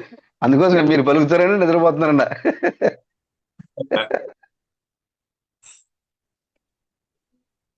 చూడండి బ్రదర్, పౌరుషంతో ఆయన ఒక మాట చెప్తున్నారు. ఏమనంటే, ఈ సున్నతులను పిలిస్తే చూసి మీరు పారిపోతారండి అని రాజుగారి దగ్గరికి వెళ్ళి చెప్పాడు. నేను చేయిస్తా. ఒకసారి పులి వచ్చింది నా మందను ఎత్తుకుపోతుంటే దాన్ని చీల్చేశాను. తోడేలు వచ్చింది, దాన్ని చీల్చేశాను. ఈ ఇతనెంత అసలు ఇతను నా చేతిలో అని పౌరుషంతో మాట్లాడుతుంటే చుట్టూ ఉన్న వాళ్ళకి అతనిలో ఉన్న ఆ కసి చూసి రాజుగారి దగ్గర తీసుకెళ్తారు. రాజుగారి దగ్గర అదే చెప్పాడు. రాజుగారు గబగబా యుద్ధాయుధాలు ధరిస్తే నాకు వాడికి లేదు, రాజా నాకు యుద్ధాయుధాలు నాకు వద్దన్నాడు. నేను ఎలా ఉన్నానో అలాగే వెళ్తాన్నాడు. రాజుగారు అలాగే యుద్ధ భూములకు పంపించాడు. నిజంగానే తన పౌరుషానికి తగ్గట్టుగానే ఎదురుగా నిలబడిన శత్రువుని ఒక్క దెబ్బనే రెండో ఛాన్స్ తీసుకోలే. అవునా బ్రదర్? ఎదురుగా నిలబడిన దావీదు ఆ గొలియాతుని దావీదు ఒకే దెబ్బ సల్మాన్ బ్రదర్ ఒకే దెబ్బ కొట్టాడు బ్రదర్. ఎత్తరిగా ఉన్నట్టు గొలియాత్ ఒకసారిగా ఏమైపోయాడు, కుప్పగూలిపోయాడు. పరిగెట్టుకుంటూ వెళ్ళాడు. గొలియాత్ కట్టడంతోనే గొలియాత్ తల నరికేసి జుట్టు పట్టుకొని పట్టుకొచ్చాడు. ఎంత గొప్ప విజయం బ్రదర్ అది దావీదికి, అవునా? ఎంత గొప్ప విజయం బ్రదర్ దావీదికి అది. కానీ ఒక రోజున రాజు అయిపోయాడు. ఒకరోజు రాజు అయిపోయాడు. అంతఃపురం మీద పైన మిద్ది మీద అటు ఇటు తిరుగుతున్నాడు. ఒక స్త్రీ బాత్రూంలో స్నానం చేస్తూ కనపడింది. బలమైన వ్యక్తిని జయించిన దావీదు ఆ స్త్రీ బాత్రూంలో స్నానం చేస్తూ కనబడితే తనకు కావాలని ఉరియా భార్య దావీదును ప్రేరేపించాలని, దావీదుని పైకి ఏ టైంకి వస్తాడో ఆ టైంకి కావాలని టాపు లేని బాత్రూమ్ లోపలికి వెళ్ళి తను స్నానం చేయడం మొదలుపెట్టింది. టాపు లేని బాత్రూంలోకి వెళ్ళి స్నానం చేయడం మొదలుపెట్టింది. గొల్లియాతుని సాతానుని ఒక్క దెబ్బతో మట్టి కరిపించిన దావీదు తనను తాను జయించుకోలేకపోయాడు. కాబట్టి ఇక్కడ ఈ బాత్రూంలో వేరొక పరపురుషుని యొక్క భార్య స్నానం చేస్తున్నప్పుడు ఆమెను చూసి ఆయన తనను తాను జయించుకోలేకపోయాడు. కాబట్టి ఆమెను మోహించాడు. ఆ స్త్రీ నాకు కావాలనుకున్నాడు. ఆ స్త్రీ యొక్క ప్రేమలో పడిపోయాడు. చూడండి బ్రదర్, సాతానుని ఒక్క దెబ్బతో కొట్టి చంపేసిన దావీదు తనను తాను జయించలేకపోవడం వల్ల, తనను తాను దేవుని చిత్తానికి పరిపూర్ణంగా అప్పగించుకోకపోవడం వల్ల ఏమైపోయాడు బ్రదర్? ప్రవక్త ఇంటికి వచ్చి హెచ్చరించాల్సి వచ్చింది. దావీదు, నువ్వు తప్పు చేసావు. ఒక కథ చెప్పాడు ఆయన. దావీదు పైనే కోపం వచ్చే కథ చెప్పాడు, అవునా? ఆ ప్రవక్త వచ్చి కథ చెప్తే దానిపైన దావీదికి కోపం వచ్చి, ఎవడాడు నా దేశంలో ఉన్నది, వాడిని ముందు అర్జెంట్కి చంపేయాలన్నాడు. అది ఎవరో కదా, నువ్వే అన్నాడు ప్రవక్త. అంటే చూడండి బ్రదర్, నీ మీద నీకు అధికారం లేకపోతే, నీ మీద నీకు పట్టు లేకపోతే, నువ్వు సాతాన్ని ఎంత ఓడించినా, ఎంత జయించినా ఇక్కడికి వచ్చేసరికి పాపన పడిపోతావు. ఒక్క దెబ్బతో గొలియాతుని మట్టి కరిపించిన దావీదు తన ఎదురుగా పాపం నిలబడేసరికి తన కళ్ళు తిప్పుకోవడానికి బదులుగా ఆ పాపాన్ని తన ఎదుగు లాక్కోవడానికి, తన ఎదుగు తెచ్చుకోవడానికి అనేక తప్పులు చేశాడు. తన యొక్క సహోదరుని యొక్క భార్యని తన దగ్గర పిలిపించుకున్నాడు. ఆమె గర్భిణి చేశాడు. ఆమె గర్భవతి అయింది. ఇప్పుడు ఆమె గర్భవతి తెలిసిన తర్వాత ఈ విషయం బయట తెలిస్తే తన పరువు ఎక్కడ పోద్దానని చెప్పి ఉరియాని యుద్ధానికి ఎదురుగా పెట్టాడు.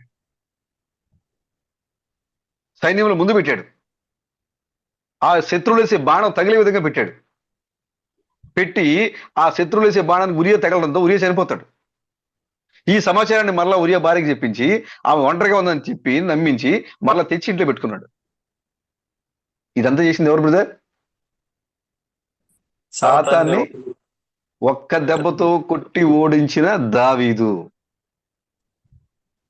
ఎందుకు ఓడిపోయాడు బ్రదర్? తనను తాను జయించలేకపోయాడు. సహోదరుడా, ఇప్పుడు నువ్వు వాక్యాన్ని తెలుసుకోవడం ఎంత ముఖ్యమో, మర్మాల్ని గ్రహించడం నీకు ఎంత ముఖ్యమో, బైబిల్లో దాయబడి ప్రతి రహస్యాన్ని తెలుసుకోవడం నీకు ఎంత అవసరమో, సాతాన్ని వాక్యంతో ఇలా రాయబడినదే అని నువ్వు తరిమియడం నీకు ఎంత అవసరమో, వాటన్నిటికి మించి ఇప్పుడు నిన్ను నీవు కంట్రోల్లో తెచ్చుకోవడం అనేది గొప్ప పోరాటం. ఇప్పుడు ఒకవేళ నిన్ను కంట్రోల్లో తెచ్చుకోకపోతే నువ్వు సాతాన్ని ఎంత ఓడించినా ఎక్కడో చోట పడిపోతావు. ఏదో పాపం నిన్ను పెట్టి లాగేస్తుంది. అది ఏ రూపంలో రావచ్చు. దావీదుకి స్త్రీ రూపంలో వచ్చింది. నీకు ఏ రూపంలో రావచ్చు. అది ఏ రూపంలో వస్తుందో తెలియదు నీకు. అది నువ్వు దానికి లోబడిపోతావు, పాపం చేస్తావు, పడిపోతావు. దాన్ని కప్పిపుచ్చడానికి అనేక తప్పులు చేయాలి మళ్ళీ మనం. దావీదు పాపం బయట రాకుండా ఉండడం కోసం తప్పులు చేసుకుంటూ వెళ్ళాడు. ఇప్పుడు మనం కూడా ఒక పాపం చేసి ఒక పొరపాటు చేసి దాన్ని కప్పిపుచ్చుకోవడానికి మనం కూడా అనేక తప్పులు చేయాలి ఇప్పుడు. కాబట్టి ప్రియమైన సహోదరులారా, వాక్యాన్ని ఆయుధంగా మార్చుకుని సాతాన్ని తరుముతున్నటువంటి అత్యున్నతమైన నా సహోదరులారా, మీరు ఇప్పుడు చేయవలసిన పోరాటము, మీ పైన మీరు అధికారాన్ని కలిగి ఉండండి, మీ పైన మీరు నియంత్రణ కలిగి ఉండండి, మీ పైన మీరే మీకు శత్రువు, మీరే మీకు శత్రువు. కాబట్టి మిమ్మల్ని మీరు ముందు జయించుకోండి. చూడండి, సంసోన్ చూడండి బ్రదర్, సంసోన్ తీసుకోండి. ఎంతమంది ఫిలిస్తీన్లు చంపాడు బ్రదర్. ఆ ఆ యొక్క గాడిద దవడ ఎముకతో 3,000 మందిని చంపాడు, 1000 మందిని చంపాడు. ఒకసాట 3,000 మంది చంపాడు, ఇంకోసాట 1000 మందిని చంపాడు. ఆ యొక్క ఫిలిస్తీన్ యొక్క పట్టణపు గేట్లు భుజాన్ని పెట్టుకుని వెళ్ళిపోయాడు కొండ మీదకి. అవి చాలా చాలా బరువు ఉన్నటువంటి గేట్లు అవి. భుజాన్ని పెట్టుకుని కొండ ఎక్కేసాడు. శత్రువులు నిద్రలో కూడా బైబిల్లో రాయబడింది, ఫిలిస్తీన్ల సర్దార్లకి కల్లో కూడా సంసోను పేరు వినబడితే నిద్ర మెలికి వచ్చింది వాళ్ళకి. కళ్ళు నిద్రపోతున్నాడు వాళ్ళు, ఇంట్లో ఎక్కడో సాయంత్రం నిద్రపోతున్నారు వాళ్ళు. ఆ టైంలో కూడా సంసోను పేరు వినబడితే చెమటలు తడిసిపోయేది. అంతగా ఏం చేశాడైనా భయపెట్టాడు, సింహాన్ని చీల్చి పడేశాడు, శత్రువులు తరిమేశాడు. తన భార్యని వీళ్ళందరూ కూడా మోసం చేసిందని కోపంతో ఎన్ని కార్యాలు చేశాడు ఆయన. ఫిలిస్తీన్ల యొక్క పంటలు ఎలా నాశనం చేశాడు ఆయన. నక్కతోక ముడేసి దానికి నిప్పండి వదిలిపెట్టాడు. అవన్నీ కూడా పొలాల వెంట పడిపోతూ ఉంటే పంట పొలాలు మొత్తం కూడా తగలబడిపోయి, కోతకొచ్చిన పొలాలు ఈ నక్కలు కూడా ఆ తోకలు మండుతూ ఆ పొలాలంట పరిగెడుతూ ఉంటాయి. ఆ నక్క తోకలకున్న మంట పొలాలు కంటుకొని మొత్తం పంట నాశనం అయిపోయింది. ఫిలిస్తీన్ల పంట నాశనం అయిపోయింది బ్రదర్. గొప్ప గొప్ప మెసేజ్ బ్రదర్ అది. సంసోను నక్క తోకలు నిప్పండించి ఫిలిస్తీన్ల పొలాలను తగలబెట్టించాడు. ఇప్పుడు జరగబోతుంది బ్రదర్. ఇప్పుడు ఫిలిస్తీన్ల పొలాలకి నిప్పు అంటకపోతుంది. ఇప్పుడు ఫిలిస్తీన్ల పొలాలు అగ్నితో కాల్చబడిపోతున్నాయి. ఇప్పుడు అప్పుడు దాకా వాళ్ళు ఏం చేశారు తెలుసా? అప్పుడు దాకా ఈ ఫిలిస్తీన్లు ఏం చేశారు తెలుసా? వాళ్ళు వచ్చి ఎవరైతే ఇజ్రాయేల్ పంటలు పండించుకున్నారో వాళ్ళ పంట దొంగిలించుకుని తీసుకెళ్ళారు. వాళ్ళ కష్టం దోసుకొని పోయారు వీళ్ళు. సంసోను వారి యొక్క విమోచకుడు, వారి యొక్క న్యాయాధిపతి. ఆయన వచ్చిన తర్వాత ఫిలిస్తీన్ల పంటకు నిప్పు పెట్టాడు ఆయన. ఫిలిస్తీన్ సర్దార్లు భయపెట్టాడు ఆయన. ఉడికిచ్చి నిద్రలో కూడా సంసోను పేరు వినబడితే ఫిలిస్తీన్లు వారి యొక్క సర్దార్లు, వారి యొక్క అధికారులు వణిగిపోయేవాళ్ళు. కారణము పరిశుద్ధాత్మ తనపైకి అంత బలంగా వచ్చింది. సంసోన్ అంటే కండలు తిరిగిన వ్యక్తి ఏం కాదు ఆయన. ఆయన ఉన్నది మొత్తం కలిపి 5 అడుగులు ఎత్తే. సంసోన్ 5 అడుగులు ఎత్తు, సన్నగా మన ఎంత ఉంటాడంటే మన చందు బేదర్ ఎంత ఉంటాడు ఆయన. బలంగా సన్నగా, అంటే మా అందరిది ఒకటే హైట్లే. నేను బ్రదర్ కొద్దిగా లావు ఉన్నాయి కాబట్టి చందు బేదర్ చూపిస్తున్నా. సన్నగా ఉన్నాడు సంసోను. కానీ ఎందుకు అంత బలమైన కార్యాలు చేయగలిగాడంటే తన పైకి పరిశుద్ధాత్మ వచ్చింది కాబట్టి. పరిశుద్ధాత్మ రావడం వల్ల ఆయన సన్నగా ఉన్నాడు, ఎత్తు తక్కువ, సన్నగా ఉన్నాడు. కానీ ఎప్పుడైతే పరిశుద్ధాత్మ తన మీదకి వచ్చిందో ఎదురుగా నిలబడింది 1000 మంది ఫిలిస్తీన్లని సరే లెక్కలేదు దానికి, చంపుకుండా వెళ్ళిపోవటమే. మన ఫోటోలు చూస్తున్నాడుగా కండలు తిరిగిన సంసోన్ కాదు ఆయన. అసలు సంసోనే అనుకో. వీళ్ళు వేసే ఫోటోలకి ఆ సంసోన్ కానీ ఇప్పుడు ఆడికి వెళ్ళిన తర్వాత సంసోన్ అడుగుతాడు, ఏంటయ్యా నేను ఎట్టున్నాను, మీరు నా ఫోటోలు ఎట్టేశారు మీరు అని అడుగుతాడు ఆయన. అసలు వీళ్ళు చూసే ఫోటోలకి నా సంసోన్కి సంబంధం లేదు. ఆయన పరిశుద్ధాత్మతో ఆ కార్యం చేశాడు ఆయన. అలాంటి సంసోను తన భార్య తను విడిచి వెళ్ళిపోయిన తర్వాత ఆ కోపంతో ఆ ప్రాంతాలను తిరుగుతూ దెలీలా అనే ఒక స్త్రీ యొక్క మోహంలో పడిపోయాడు. దెలీలా అనే స్త్రీ మోహంలో పడిపోయాడు. బైబిల్లో రాయబడి ఉంది, దెలీలా సంసోన్ని తన తొడ మీద నిద్రపుస్తోంది. ఎంతగా చూడండి, విస్మరణంగా చెప్తున్నారు దీని విషయంలో. పాపము నిన్ను ఎంత జాగ్రత్తగా నిద్రపుచ్చిందంటే, దెలీలా సంసోన్ని ఎలాగైతే తన తొడకాల మీద పడుకోబెట్టి జోకొట్టి నిద్రపుచ్చిందో, అలాగే ఈ లోకంలో ఉన్న పాపము నిన్ను అంత శ్రద్ధగా, అంత జాగ్రత్తగా తన తొడ మీద పడుకోబెట్టి నిన్ను నిద్రపుచ్చింది. అసలు నీకు అది పాపమే తెలియదు, నీకు అసలు అసలు నువ్వు పాపంలో ఉన్నావనే తెలియదు నీకు అసలు. అంత శ్రద్ధగా, అంత జాగ్రత్తగా, అంత ప్రేమగా వాడు నటిస్తాడు. చూడండి, ఫిలిస్తీన్ల సర్దార్ని గడగడలాడించినటువంటి సంసోను తనను తాను జయించుకోలేకపోవడం వల్ల, తనను తాను దేవుని చిత్తాన్ని నెరవేర్చడానికి తనను తాను జయించుకోకపోవడం వల్ల, చూడండి, పాపానికి అనుమతి ఇచ్చాడు. పాపం వచ్చింది బ్రదర్. చివరికి ఏమైపోయాడు తెలుసా? చనిపోయాడు, మరణానికి అప్పగించబడ్డాడు. తనను తాను చంపుకోవాల్సి వచ్చింది. ఆ దాగోను రాళ్ళన్నీ, ఆ గుడి యొక్క బండలన్నీ కూడా తన మీద వేసుకోవాల్సి వచ్చింది. అనేక మంది ఫిలిస్తీన్ని ఓడించిన ఒక న్యాయాధిపతి దాగోను గుడి యొక్క బండలు తన మీద లాక్కొని చంపుకోవడం తను. ఎందుకే సోదరుడు? ఎందుకు? తనపై తాను పట్టు లేకపోవటం, తనలో ఉన్న సంసోను అనే శత్రువుని తను ఓడించలేకపోవడం, తనలో ఉన్న కోరికల్ని, తనలో ఉన్న పాపపు జీవితాన్ని, తనలో ఉన్న పాపపు లోకాన్ని, తనలో ఉన్న లోకానికి అనుకూలమైన కార్యాలు, క్రీస్తుకి వ్యతిరేకమైన కార్యాలని జయించలేకపోవటం.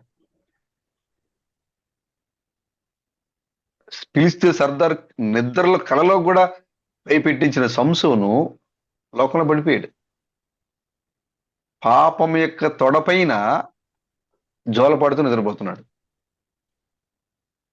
ఎక్కడ ఉండవలసిన సంసోను ఎక్కడికి వచ్చి పడిపోయాడు. కారణం ఏంటంటే, చూడండి, అధికారం ఉంది, పరిశుద్ధాత్మ దిగుతుంది, సమస్తాన్ని జయిస్తున్నాడు, కానీ తను జయించలేకపోతున్నాడు. తన మీద తనకు పట్టలేదు. నీ మీద నీకు పట్టలేకపోతే నువ్వు ఎక్కడో చోట కూలిపోతావు, ఎక్కడో చోట పడిపోతావు. నీ మరణాన్ని నీ మీద నువ్వే వేసుకుంటావు. ప్రభు యేసుక్రీస్తు ఎలాగైతే తండ్రి చిత్తాన్ని తనను అప్పగించుకున్నారో, భయపడినా సరే ఒకవేళ జరగాల్సి ఉంటే అది నీ చిత్తమే జరుగును గాక, నేను శోధన పొందాలా అది నీ చిత్తమే జరుగును గాక, నేను శోధించబడాలా అది నీ చిత్తమే జరుగును గాక, నేను మరణానికి అప్పగించబడాలా అది నీ చిత్తమే జరుగును గాక. పారిపోలేదు బ్రదర్, ఆయన పారిపోలేదు.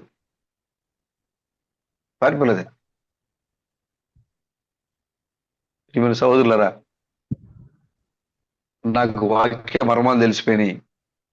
నేను బైబిల్ బాగా చదువుతాను, బైబిల్ బాగా ప్రార్థన చేస్తాను, మేమందరం బాగా ప్రార్థన చేస్తాం, మా కుటుంబంతో బాగా ప్రార్థన చేస్తారు, మేమంతా కూడా మరి విశ్వాసంలో, మేము ఎవరిని కూడా ఒక మాట తప్పుగా మాట్లాడడం, మేమంతా కూడా వాక్యంలో మరి మరి ప్రతి విషయాన్ని క్షుణ్ణంగా పరిశీలన తెలుసుకుంటాం అని నేను ప్రార్థన చేస్తే నా సోదరులకి స్వస్థత వస్తుంది, నాకు అధికారం ఉంది, సాతాన్ని ఓడించగలను నేను అని నువ్వు ఆలోచిస్తున్నావేమో. మంచిది, గాడ్ బ్లెస్ యూ, అది అవసరమే విశ్వాసకి. కానీ దానికంటే పోరాటం చేయాల్సిన కార్యం నీ ముందు ఇంకోటి ఉంది. దానికంటే పోరాటం చేయాల్సిన కార్యం నీ ముందు ఇంకోటి ఉంది. అదేంటంటే, నీవే నీ శత్రువు. నిన్ను జయించాలి, నిన్ను జయించాలి.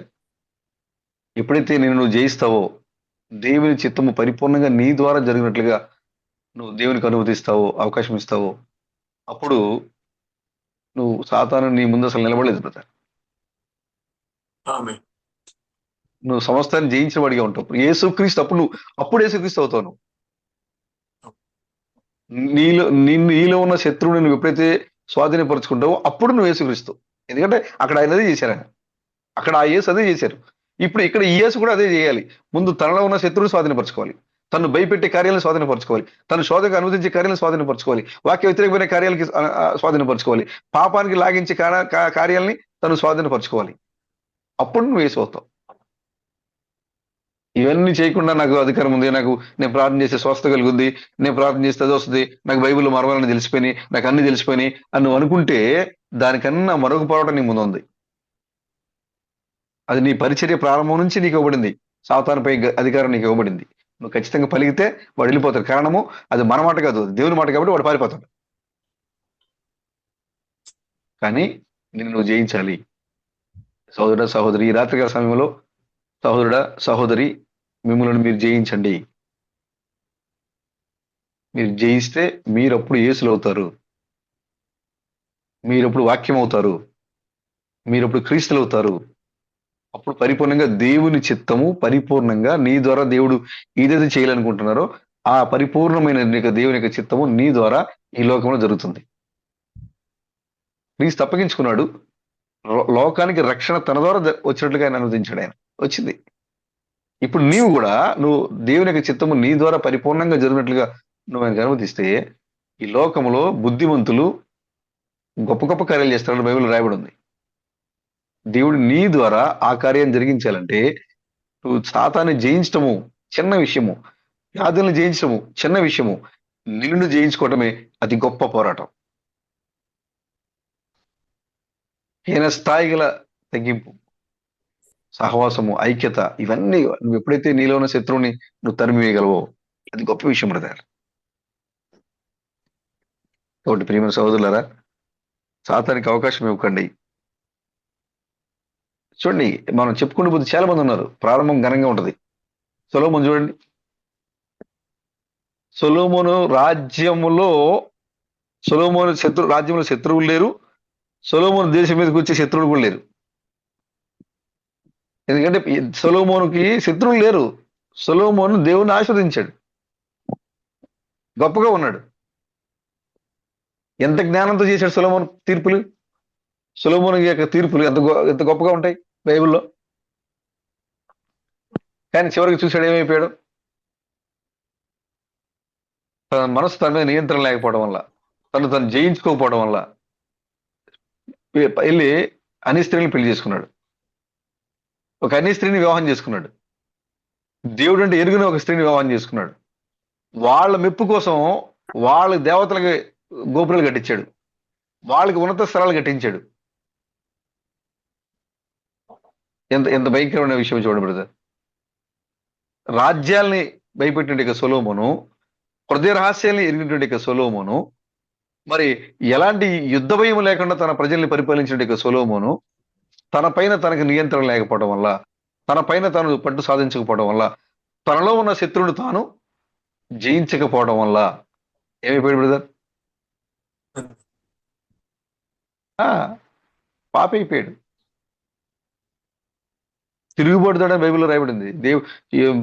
సొలొమోను చివరి సమయంలో ఆయన ఏం చేశాడంటే దేవుని వాక్యానుసారంగా ఉండలేకపోయాడు కాబట్టి దేవుడు తన రాజ్యాన్ని విభాగించేశాడు. సౌలు కావాలని దేవుడు ఒక ఉన్నతమైన వ్యక్తిగా అభిషేకించాడు సౌల్ని. చూడండి, అక్కడ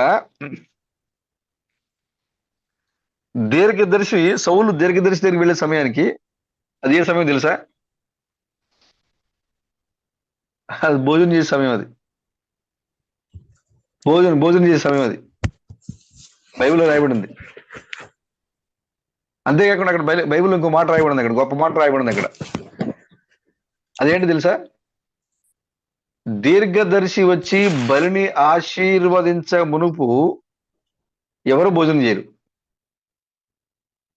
ప్రవక్త వెళ్ళి బలిని ఆశీర్వదించిన తర్వాతే ప్రజలు భోజనం చేస్తారు. ప్రవక్త వెళ్ళి అక్కడ ఆశీర్వదించకపోతే వాళ్ళు భోజనం లేదు, వాళ్ళకి చేయరు. వాళ్ళు ప్రవక్త వచ్చేదాకా భోజనం చేయరు వాళ్ళు.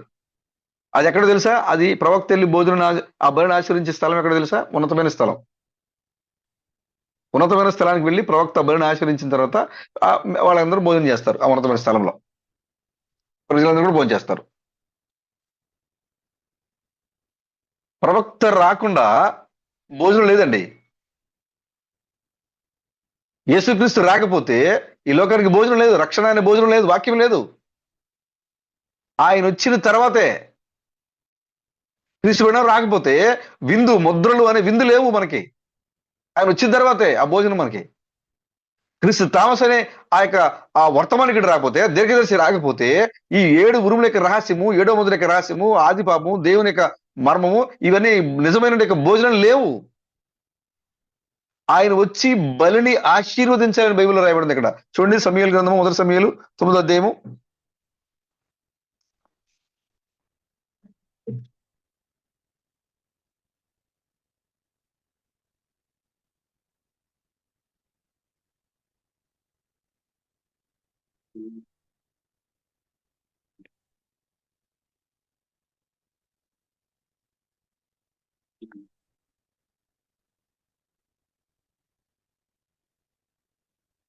తొమ్మిదో అధ్యాయము 11వ వచనం చూడండి, పేజీ నెంబర్ 230.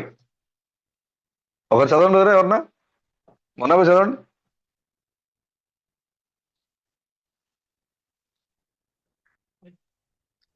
ఊరిలోనికి మీరు పోయిన శనమందే అతడు భోజనం చేయుటకు ఉన్నతమైన స్థలమునకు వెళ్ళక మునిపే మీరు అతను కనుగొందరు. అతడు రాక మునుపు జనులు భోజనం చేయరు. అతడు బలిని ఆశీర్వదించిన తర్వాత పిలువబడిన వారు భోజనం చేయుదురు. మీరు ఎక్కుపండి, అతన్ని చూచుటకు ఇదే సమయమని చెప్పారు. వారు ఇదే సమయం, కరెక్ట్ గా సమయానికి వచ్చాడు సౌలు అక్కడికి. సౌలు సమూయేలుని కలిసే సమయము, భోజన కాలము, కరెక్ట్ గా ప్రవక్తని కలిసే కాలము. సౌలు ఆ ప్రాంతానికి వచ్చే సమయానికి సమూయేలు కూడా ఆ ప్రాంతానికి వచ్చాడు. కరెక్ట్ ఎగ్జాక్ట్ ఇద్దరిని దేవుడు ఒక ప్రాంతంలో ఎదురుబడి చేశాడు కదా. సౌలు ఆ ప్రాంతానికి వస్తాడని దేవుడు ఎరిగి సమూయేలుని కూడా దేవుడు ఆ ప్రాంతానికి పంపించాడు. సౌలు సమూయేలు ఇద్దరు కలిసే ప్రాంతానికి అక్కడ వాళ్ళకి భోజనం ఉంది. అక్కడ లక్ష్మణ్ బ్రదరు ఈ లోకానికి వచ్చే సమయానికి దేవుడు నిజమైన సమూయేలు, దీర్ఘదర్శి, వర్తమానికుడైన క్రీస్తు థామస్ని ఈ లోకానికి పంపించాడు. వీళ్ళిద్దరు కలుసుకున్నారు బ్రదర్. ఇక్కడ వీళ్ళిద్దరు కలిసే సమయానికి అక్కడ ఏముందంటే ఆహారము సిద్ధపరిచింది. సిద్ధం, ఆ భోజనం చేసే సమయం అది. ప్రవక్త రాక మునుపు జనులు భోజనం చేయకూడదు. ప్రవక్త రాలేదు కాబట్టి ఈ లోకానికి వాక్యం అర్థం కాలేదు బ్రదర్, లక్ష్మణ్ బ్రదర్. ప్రవక్త రాలేదు కాబట్టి క్రీస్తు బెణం యొక్క సందేశం ఈ లోకానికి అర్థం కాలేదు. ప్రవక్త వచ్చాడు. ఇప్పుడు క్రీస్తు బెణం యొక్క సందేశం ఏమైందో తన వర్తమానాలను తీసి చూపించాడు ఆయన. ఎప్పుడైతే వాళ్ళిద్దరు సమయం కరెక్ట్ సమయానికి వచ్చాడు బ్రదర్ అక్కడికి. ఉన్నది అర్థమైంది బ్రదర్. సమూయేలు రావటం, సౌలు రావటం ఇదే సమయం అని చెప్తున్నారు వాళ్ళు. బాగా భలే సమయానికి వచ్చారు బ్రదర్. ఈ లోకానికి అత్యున్నతమైన సంఘంలో ఉన్న ప్రతి సహోదరులు కరెక్ట్ సమయానికి వచ్చారు బ్రదర్. ఎందుకంటే ఇది కరెక్ట్ గా దీర్ఘదర్శి వచ్చే సమయం ఇది. అదే ఆయన అంటున్నాడు, సమూయేలు ఏమంటున్నాడు చూడండి. తర్వాత ఇది మీరు ఇంటికి వెళ్తారు చూడండి, ఇదంతా కూడా చాలా బాగుంటది. ఇక్కడ 24 నుంచి చదవండి బ్రదర్. 22. అయితే సమూయేలు సౌలును అతని పనివారిని భోజనశాలలోనికి తోడుకొని పోయి పిలువబడిన దాదాపు 30 మందిలో ప్రధాన స్థలమందు వారిని కూర్చునబెట్టి వచనకర్తతో, నేను నీ దగ్గర నుంచమని చెప్పి నీ చేతికి ఇచ్చిన భాగమును తీసుకొని రమ్మనగా వచనకర్త జబ్బను దాని మీదనున్న దాన్ని తీసుకొని వచ్చి సౌలు ఎదుట ఉంచగా సమూయేలు సౌలుతో ఇట్లనెను, చూడుము, మనము కలుసుకున్న కాలమునకై దాచి ఉంచబడిన దానిని నీకు పెట్టి ఉన్నాడు. లక్ష్మణ్ బ్రదర్, సౌలు మనం కలుసుకున్న సమయానికి, కాలానికి నీకు భోజనం పెట్టడానికి నేను ఆహారం పెట్టి దాచిపెట్టించా. మనందరం కలవబోతున్నాం. కరెక్ట్ గా లక్ష్మణ్ బ్రదర్ వచ్చే సమయానికి వర్తమానికుడు వచ్చాడు. వర్తమానికుడు వచ్చే సమయానికే లక్ష్మణ్ బ్రదర్ వచ్చారు. ఇప్పుడు ఈ వర్తమానికుడు చెప్తున్నాడు, బ్రదర్ నీ కోసం మనందరం కలవబోతున్నామని, మన కలయిక బాగుంటుందని, ఈ కలయిక సమయంలో నీకు ఆహారం పెట్టాలని నీ కోసం నేను ఆహారాన్ని దాచిపెట్టి ఉంచానంటున్నాడు ఆయన. అవును బ్రదర్, అమెరికా దేశంలో ప్రకటించబడినటువంటి వర్తమానాన్ని దాచిపెట్టి అక్కడ వాళ్ళకి బోధించకుండా దాన్ని సిద్ధం చేయించి అక్కడ దాచిపెట్టించి, ఇదిగో నా కుమారుడైన లక్ష్మణుడు వస్తున్నాడు, మేమిద్దరం ఒక చోట కలుసుకోబోతున్నాం, ఒక చోట కలవబోతున్నాం మేమిద్దరం. అప్పుడు ఈ దాచి పెట్టబడిన ఆహారాన్ని అతనికి పెట్టబోతున్నాడు అని చెప్తున్నాడు ఆయన. ఇది ఆ సమయం బ్రదర్. ఇదే సమయం అంటే సౌలు సమీలు కలిసినప్పుడు భోజన కాలము, జనులు భోజనం చేసే సమయం. అది కరెక్ట్ సమయము, అది కరెక్ట్ అయిన సమయము.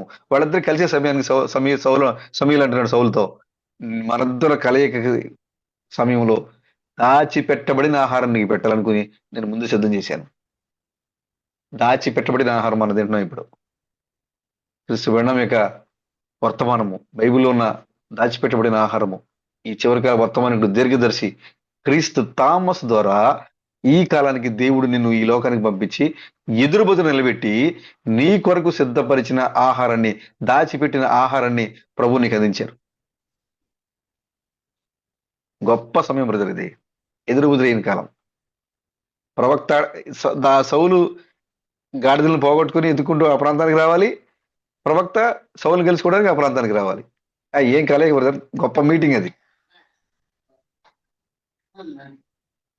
రమేష్ బ్రదర్ ఈ భూమి మీదకి మానవుడిగా వచ్చి ఈ భూమి మీద నిలబడాలి, ఆయన ప్రవక్తగా క్రీస్తు థామస్గా వచ్చి ఆయన ఈ భూమి మీద నిలబడాలి. ఈ క్రీస్తు థామస్ దాచిపెట్టబడిన వాక్యాన్ని ఆయనకి ఇవ్వాలి. ఇప్పుడు ఇది ఏదో జరిగిన ఊరికి జరిగిన సంభవాలు కాదు ఇవి. మనం ఎందుకు ఊరికే శరీరం జరిగే ఈ లోకానికి రాలేదు. మనం దేవుడు సరైన సమయానికి, నిర్ణయ కాలానికి దేవుడిని ఈ లోకాన్ని తీసుకొచ్చారు. సహోదరి సహోదరులారా, కాబట్టి బైబిల్లో ఉన్న ప్రతి విషయాన్ని అది నీకే ప్రభు అనుమతించారు, నువ్వు చూడటం కోసమే ప్రభు అనుమతించారు. చూడండి, ప్రతి ఒక్కళ్ళు కూడా పౌలు గారు చెప్తున్నారు, ఈ శరీర బంధకముల నుంచి విడిపించబడాలని నేను పోరాటం చేస్తా ఉన్నాను. పౌలు గారు అంటారు, నా శరీరాన్ని లోపరుచుకోవడానికి నేను నా శరీరాన్ని ఉపవాసంతో నలగొట్టుకుంటున్నాను. తను జయిస్తున్నారు పౌలు గారు. ప్రభుత్వం అక్కడ దమస్కులో ప్రభుత్వం మాట్లాడారు. అయినా సరే నా శరీరము నా కంట్రోల్లో ఉండాలి, నా తలంపులు నా కంట్రోల్లో ఉండాలి, నేను నా కంట్రోల్లో ఉండాలి. కాబట్టి ప్రతిరోజు ఉపవాస ప్రార్థన చేసి, ఉపవాసం ఉండి ఆయన ప్రార్థన ప్రభువు దగ్గరగా జీవించి తను జయిస్తా ఉన్నాడు పౌలు గారు. నీకు అధికారం ఉంది, వాక్యం తెలుసు, మర్మ తెలుసు, అన్ని తెలుసు నీకు. కానీ నిన్ను నీవు కంట్రోల్ చేసుకోవాలి. మొన్న బ్రదర్ యొక్క శత్రువు మొన్న బ్రదరే, ముందు ఆయన కంట్రోల్లో ఉంచుకోవాలి, నిన్ను కంట్రోల్లో ఉంచుకోవాలి. ఎప్పుడైతే నువ్వు కంట్రోల్లో ఉంచుకోగలుగుతావో అప్పుడు దేవుని యొక్క చిత్తము నీ ద్వారా, దేవుడు ఏదైతే ఈ లోకాన్ని కదిలించాలనుకుంటున్నారో నీ ద్వారా ఆ యొక్క చిత్తము పరిపూర్ణంగా జరగబోతుంది కదా. సాతాను జయించాను, మంచిది, గాడ్ బ్లెస్ యూ. వ్యాధులను జయించాను, మంచిది, గాడ్ బ్లెస్ యూ. నిన్ను నువ్వు జయించావా? నీలో ఉన్న శత్రువు నువ్వు జయించావా? ఇదే అన్నిటికన్నా అతి గొప్ప పోరాటం. ఖచ్చితంగా జయించాలి. దానికోసం ప్రభు నేను ఈ లోకాన్ని తీసుకొని వచ్చారు. యేసుక్రీస్తు వలె ప్రభువా నా శోధన వచ్చింది, నీ చిత్తమైతే ఈ శోధన నుంచి తప్పించండి, నేను జయించగలను, అది నీ చిత్తం, అది నీకు తెలుసు, అది నా ఉద్రేకం కాదు, కానీ అది నా పైన నీ ఉంచిన ఆత్మ అభిషేకం. అది ప్రభువుని అడగాలి, దేవునికి అప్పగించుకోవాలి. విలియం బ్రనమే నా శత్రువు అని బ్రనం గారు చెప్పి, నేను నా శత్రువుని మీద పోరాటం చేస్తాను నిత్యము అని ఎలాగైతే చెప్పారో, ప్రతిరోజు కూడా మనలో ఉన్న మనపై మన శత్రువు మన మీద మనము పోరాటం చేయాలి, జయించాలి, మనల్ని మనం స్వాధీనపరుచుకోవాలి. లోకాన్ని, రాజ్యాలు జయించేవారి కంటే తన మనసుని ఆధీనంలో ఉంచుకునేవాడు గొప్పవాడని బైబిల్ చెప్తుంది. సోదరులరా, మీరు అన్నిటిపైన అధికారం కలిగి ఉన్నారు, మంచిదే. సాతాను మీద అధికారం కలిగి ఉన్నాడు, మంచిదే. కానీ మీ పైన కూడా మీరు అధికారం కలిగి ఉండండి. దేవుడు మీకు అలా నడిపింపుని, అలాంటి యొక్క అనుభవాన్ని ఇచ్చి మిమ్మల్ని బలపరచాలని నేను కోరుకుంటున్నాను. దేవుడు ఇచ్చిన మాటలు దీవించిన గాక. ఆమేన్. అందరికీ వందనాలు. God bless you.